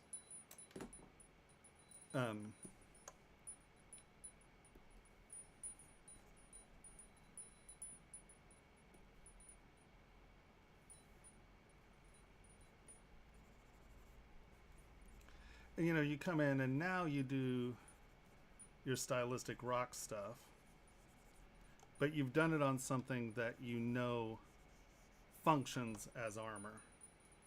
Does that make sense? And I think you're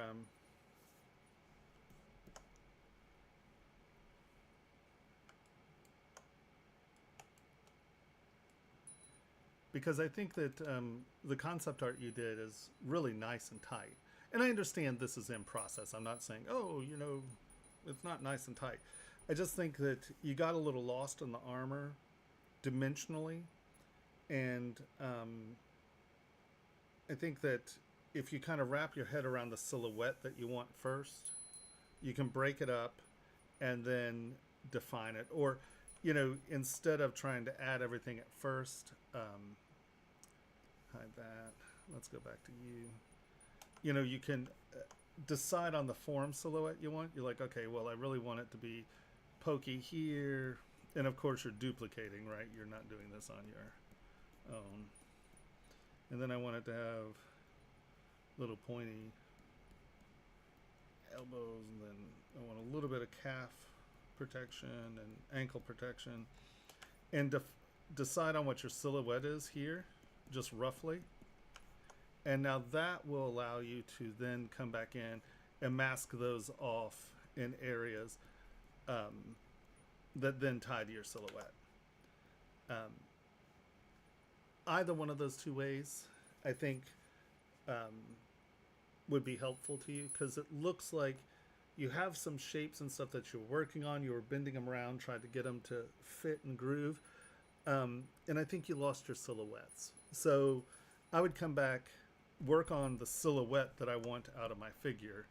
I want big pointy shoulder blades and pokey pec muscles, and and just do an armor silhouette, because it doesn't look like the other ones.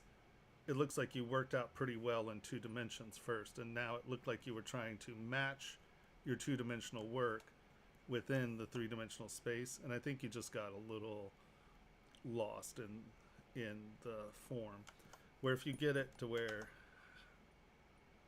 you kind of know what you want, and then you can come back in, tune it, and make it look how it works. Yeah, I think that, like I said, because you obviously understand your form and structure. I just think you got a little lost in the armor, and you have so many pieces that you're bending them and it's losing the form, so you're losing your hard shaped form, and I think you just started to wander. And this would working on your bulk form as an armor silhouette, I think, would help.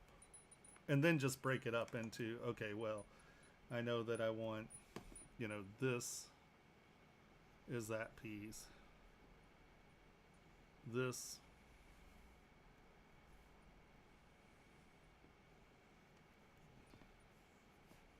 and then just kind of think about how it works, right? You're like, okay, well, that's could be there, that would be a piece like that. Okay, in the back I can't have anything that's going to jam up here, so I need something that goes like that but allows this motion here. Just kind of wrap your head around it a little bit more, because I think you just got lost in all the shapes of the armor. And if you just did a form block up, I think that would help you with the armor. But all in all, your drawings look great. And I definitely think that it's tying into the same vocabulary of your drawings. And especially if you want it to look like rock and stuff, that's where doing a block out, like an armor block out model, could help you a lot. Because you come in and you decide how you want the rocks to look. And then, do we have rock brushes? I think I got his rock brushes. Where are brushes?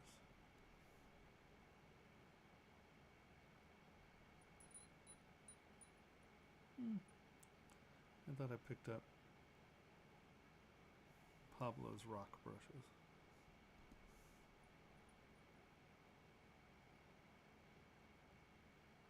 Oh yeah, rock brushes.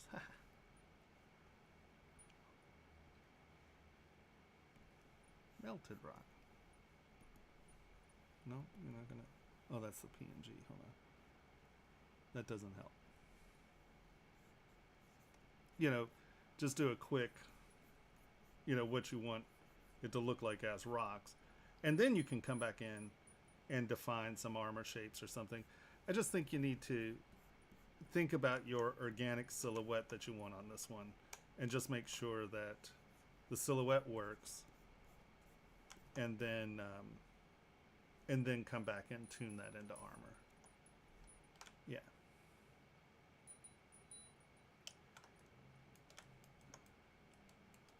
Do you have any other questions? I know that was not super helpful and quite sloppy, but yeah.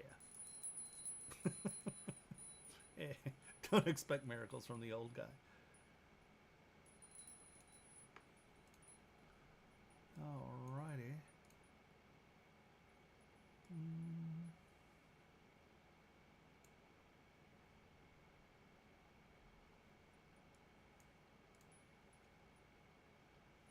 Okay.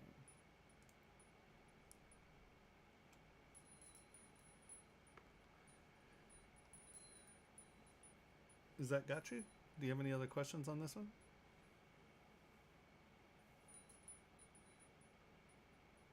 Fabulous. Okay, so who was next? Next was... Oh, where'd you go?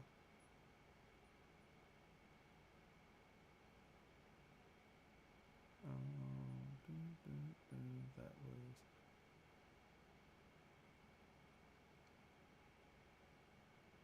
That was Colby. So now... Skull Reaper.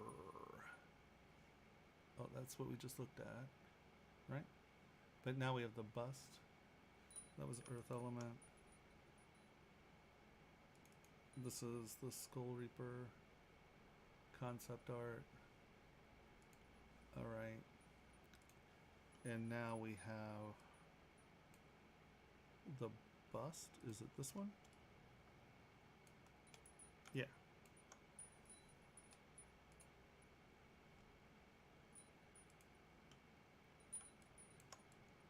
All right.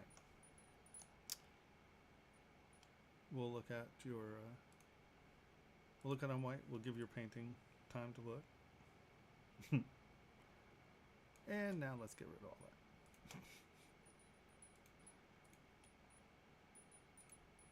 Okay.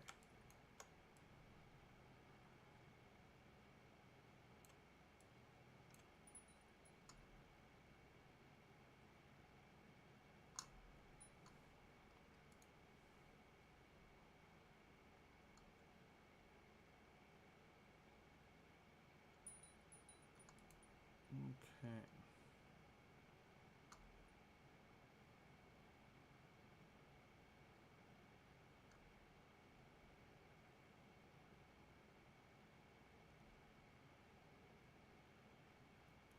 Your roughened hair is really nice. You understand, for the most part, you're not getting weird over, like this, like right here. You're good about kind of avoiding that. And obviously this is fast, but it appears like things are going over and under. A lot of times when people do their rough in, it's really sloppy. And I would say that you've done that well. The interpretation into the brows looks really nice. Your facial features look good. Your armor shapes are very nice.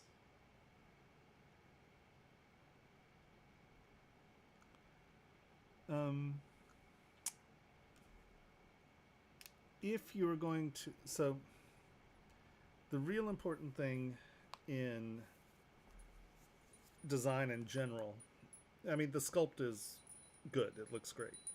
The one thing I'd say though is, like, out of the centerpiece, you've used the rivets pretty dramatically. You've used quite a few of them, and you are not using the rivets anywhere else. So I would say, if you're going to, because the rivets imply construction technique, right? It's implying how it is put together. It's not just like a rivet isn't just one of the flourishes, right? So you have flourishes here, but you don't have flourishes other places. Well, a flourish is that it's a architectural element. It's a detail. But the second you put the rivets on it, I'm now going, why is nothing else riveted together? And so be careful when you're using implication of construction technique as opposed to ornament. So I would be either use the rivets, because this seems like a plate that's riveted on. Well, this shoulder is a plate that's riveted on. Why isn't it riveted on? The neck here, why is that not riveted on? Does that make sense? So be careful with construction techniques as opposed to ornament or design techniques. This has such heavy rims on it, right? You have this lovely, this lovely double line, but then it comes to the front and it just ends. So finish your design, right? Have these lines connect or something, but don't leave that unfinished, because it feels like you just kind of chopped it off and it just ended. So make sure that when you have something like that, it's finished.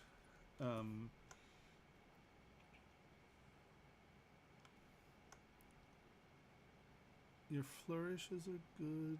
Rhythm-wise, they're nice.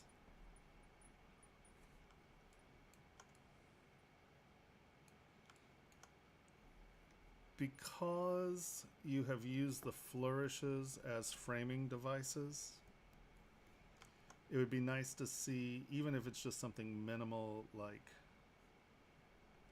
that. Oops. Way too much.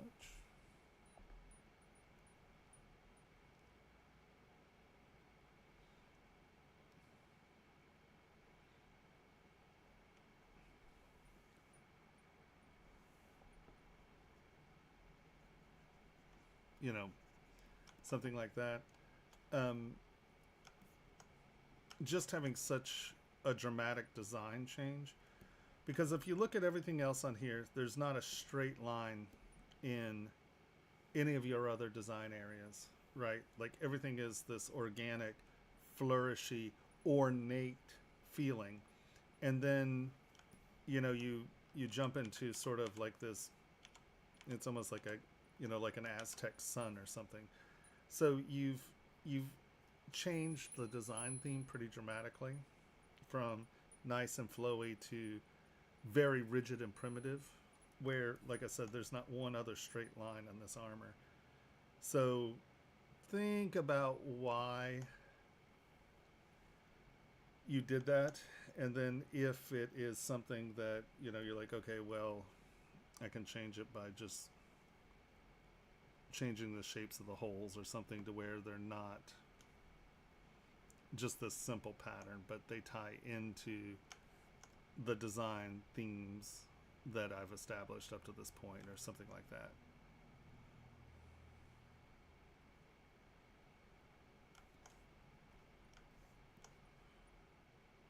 But I still think that it's too small of a repeating pattern that really doesn't show itself anywhere else. Or if you like this pattern, find a place for it, in the sense of, maybe you do, it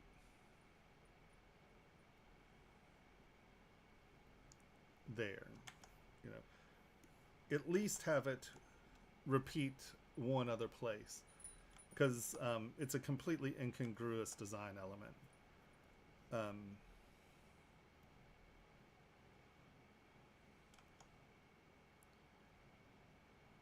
And that comes back down to your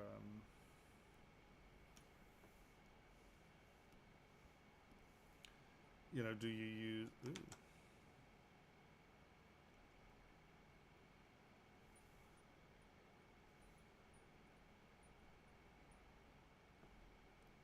do you use rivets someplace else as well?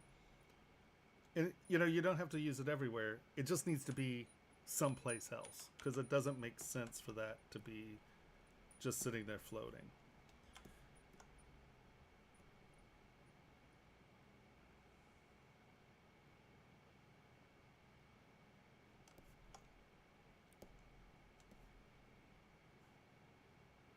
Yeah, that's really the only thing that, so, you know, having this maybe be a curve. So, because, like I said, you had everything, there's nothing square except for this collar. And, have it just a little bit more, like a more ornate shape. So it almost looks like a cape collar or something.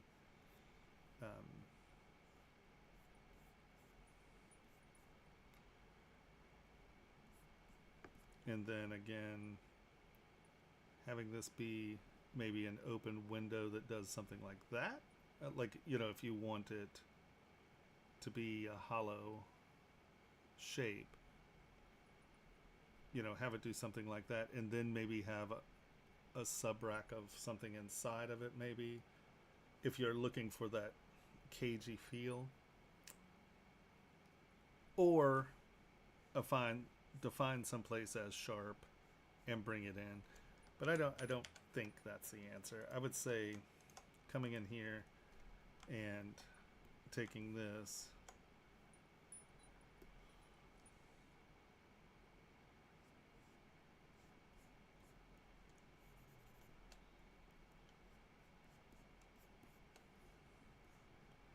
where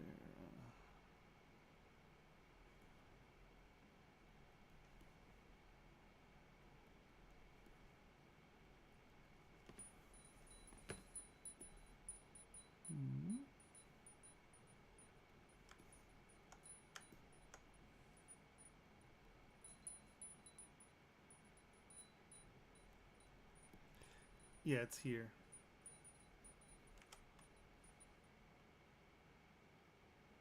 Where'd it go? I have it here. Oops. Come on, you.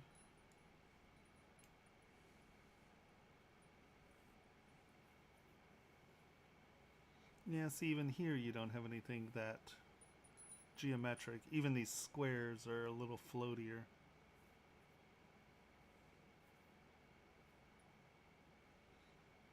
And none of the details on this are that, geometric.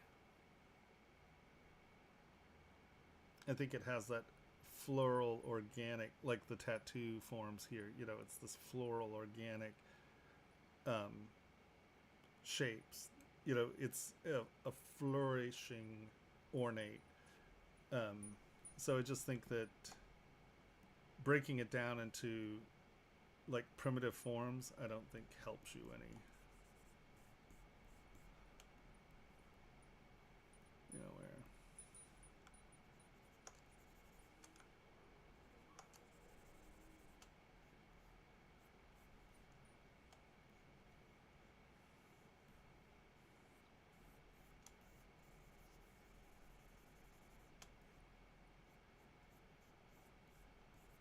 Where I know that I'm using way too big a brush and I'm just mangling the mesh, but what are you doing? Oh, don't tell me I crashed us. That would be bad. The gray screen of weight. Yeah, I just think that it's, I mean, it feel, American Indian, Aztec, Mayan, it's sort of that primitive Mesoamerican feel as opposed to a medieval European ornate flourish feel. So just, I would say, rethink this top area. And if you're trying to get it to where it has like a repeating tile pattern or a fan, if you're trying to really accentuate that fan shape, you can always get, your form open and then create that visual rhythm with, uh, just small, like pull up, or, well, I know none of this is lining up, but where it feels more like, the ornate flourish of the shape as opposed to just this hard Aztec jade collar. So it looks great. I would just say work out the collar. I think it's incongruous. And either find someplace else to use rivets, or don't use them so much right there. Oops. If you are, where are those rivets? Come on, give me those rivets. Nope, you're just not gonna give me the rivet? Give me the rivet. Damn it, Jim. It won't let me select the rivets.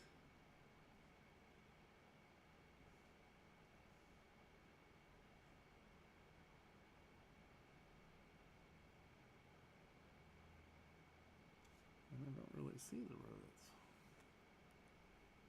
Oh, those are rivets.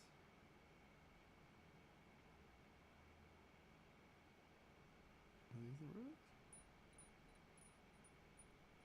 No. Well, you know what I'm saying. Hey, where are the rivets? There they are.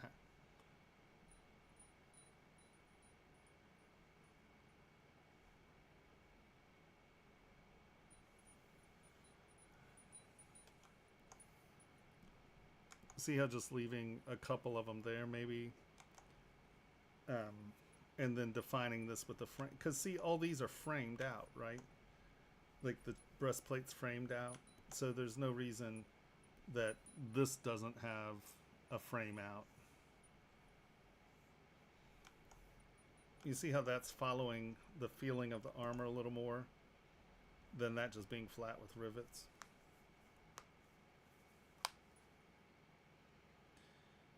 Yep, so define your rivet issue, fix your collar, and really I think that's it. I think he looks awesome. It's a great sculpt. It has good motion. It has good feeling. I like that it's rough but refined. Like it feels like an illustration.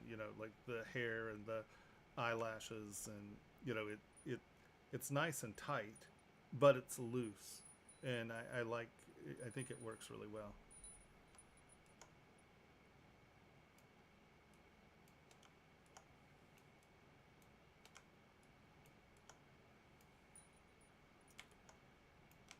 Yeah, I like it. Looks great. Have any questions?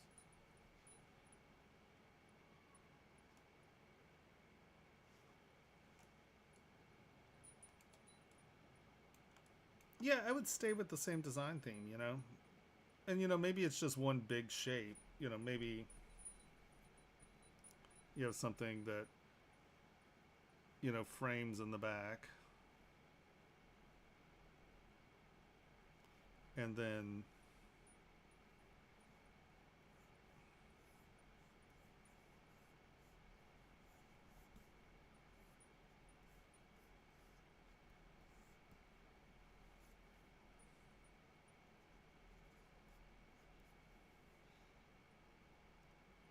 something that has some sort of visual return to it that matches. And then it's framed.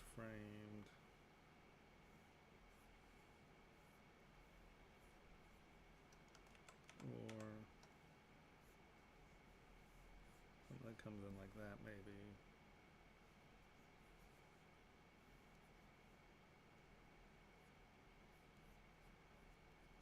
Little banner flag mount.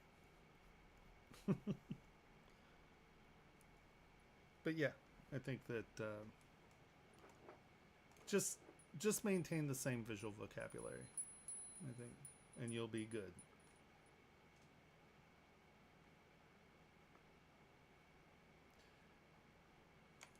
Well, it's always nice to have a different eye. You know, I work on things and someone's like, Tomas, they have 6 fingers. You're like, no!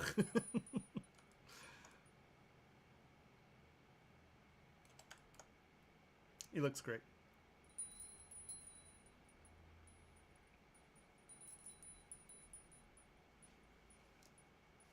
Yeah, definitely. Bring the model back. Let us see it. All right. So who is next?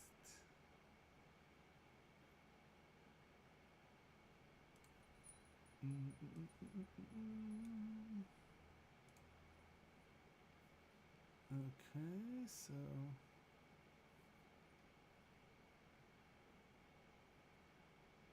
do you have another? Is this the same model, or is that a different model? No, that's the model. Okay, never mind. Ignore me.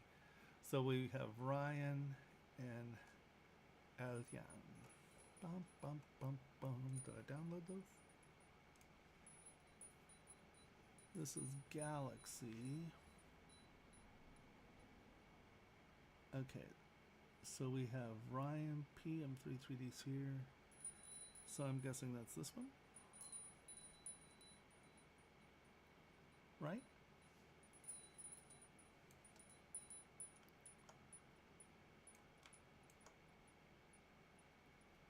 Oh, okay, good. Is this?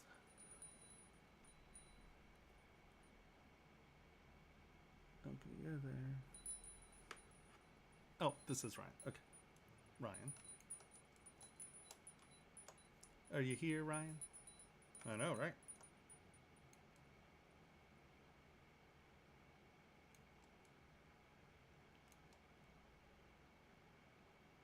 And say he'd be able to do pull-ups, but his chin's all so down so far. I don't know if he'd be able to get himself up that far. Ryan, are you here?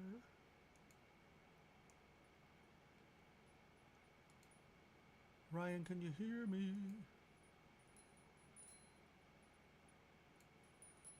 All right. Well, we will continue forward. Okay, Ryan. Let's see what we got here. Are your muscles in the right place?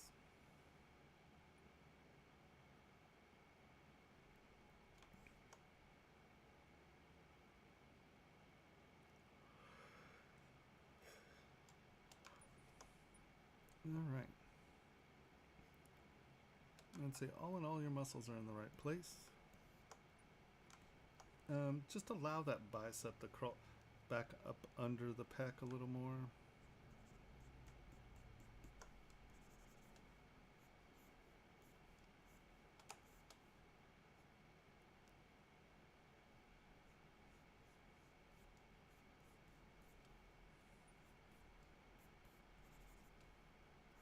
It just always winds up breathing better if that does actually go up into the armpit.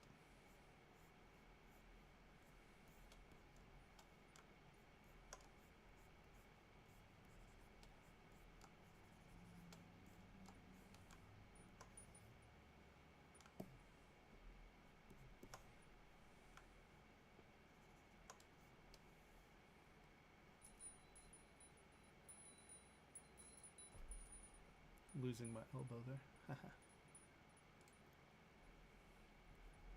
Right, he just pulls the bar down to him. Okay, so all in all, your anatomy's pretty much in the right shape. Don't, especially when the arm's extended, remember, once again, insertions and origins. So remember where things are going, right? Don't just end it with a line. This is a complex intersection. That goes in there. That comes to that side of it. And then that fills that in. So that is, you know, especially when you're this ripped, that can be a very And see the difference in the intersection if it's cutting in as a Y.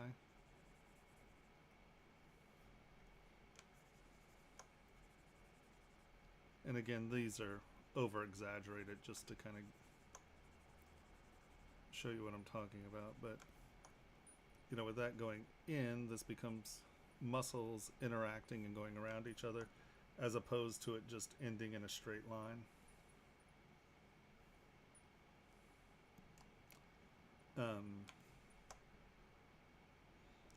Pec's good, clavicle's good.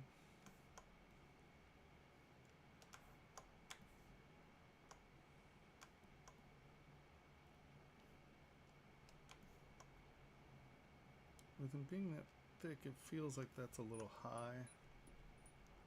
This probably would be down here some.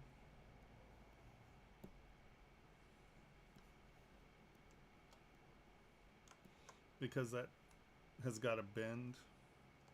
And if it's up there, I think that it's a little squirrely, so just bring that down a touch. It is pretty close. So, now let's look at the hands real quick before we start getting into other stuff.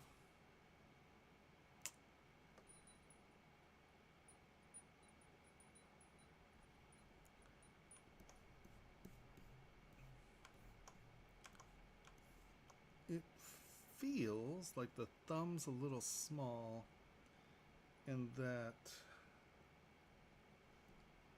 these are just not quite where they want to be. They're real close.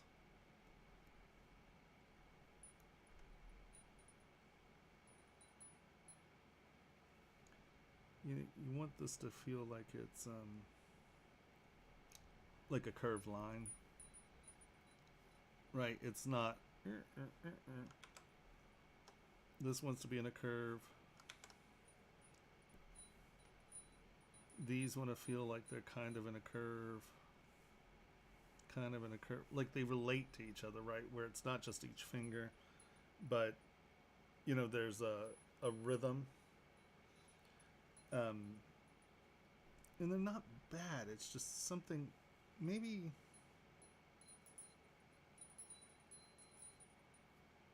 it's the wrist. What's bothering me here? Okay, well, okay, the back of the hand's flat.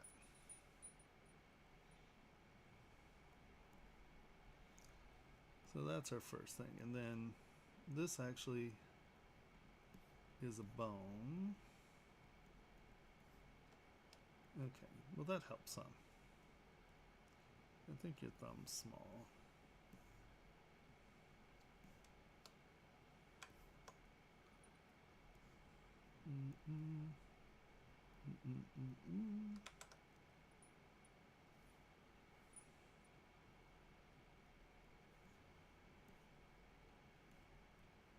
And finger, I know they have the dents in them, but they don't hyperextend backwards. So kind of keep the curve going forwards with them, you know.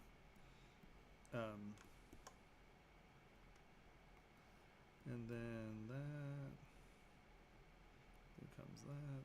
That's that.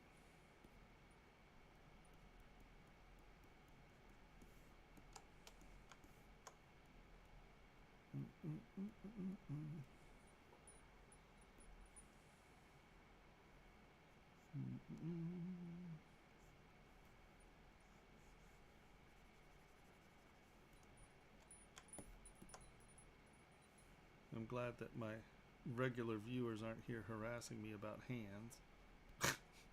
Hands are a long-running theme with my poor little peer group.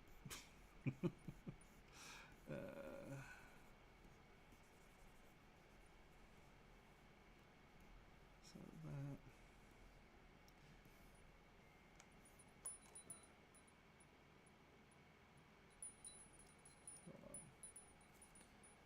Work text.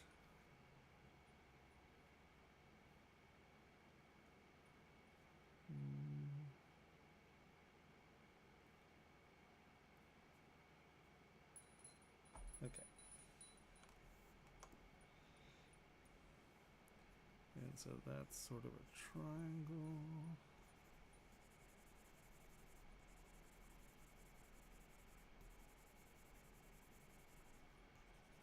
It's a bone.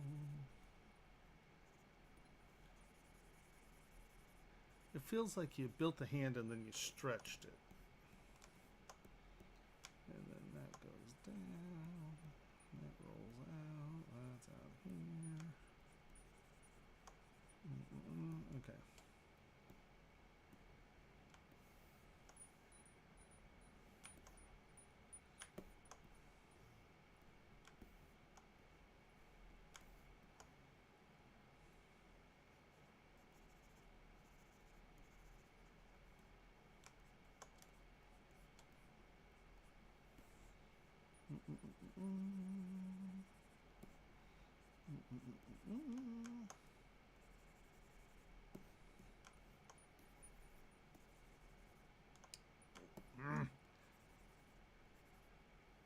My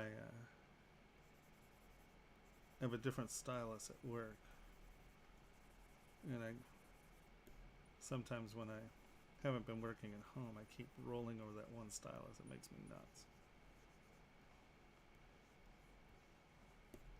All right, whatever. All right, so that's okay. It's not bad. The hand was just like flat.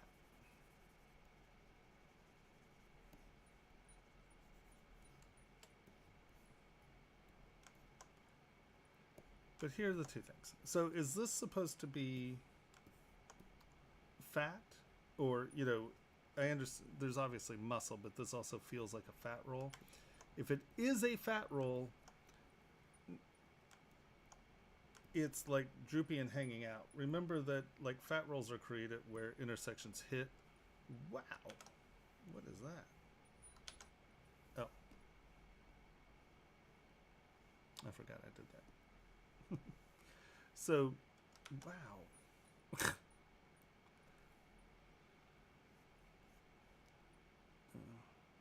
I love when I adjust my brushes to do a specific thing and then I go back and expect them to act like brushes. Right, there's going to be intersection space there. It's not just floating out in space. And that's what gives you that secondary roll, and you get a roll here.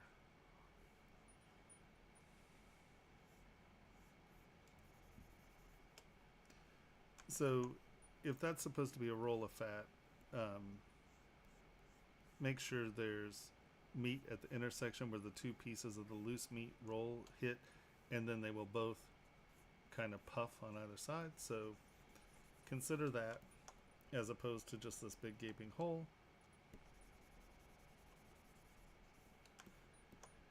And then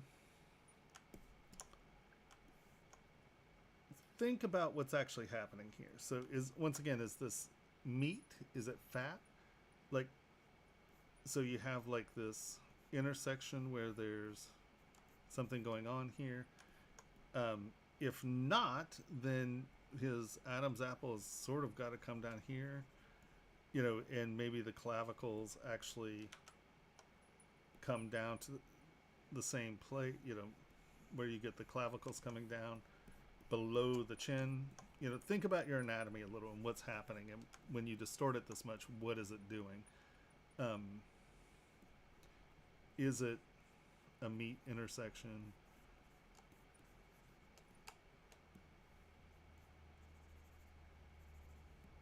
And then just so it doesn't feel like you just plop this head down.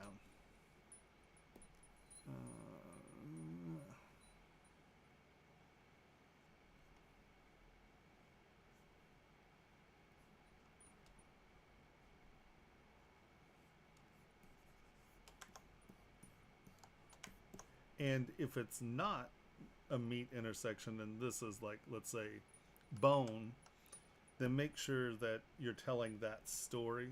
So where we've broken the human anatomy story, you know, if it's, you know, if the vertebrae actually comes up here and it's attaching here, and this is where the back of the head forms,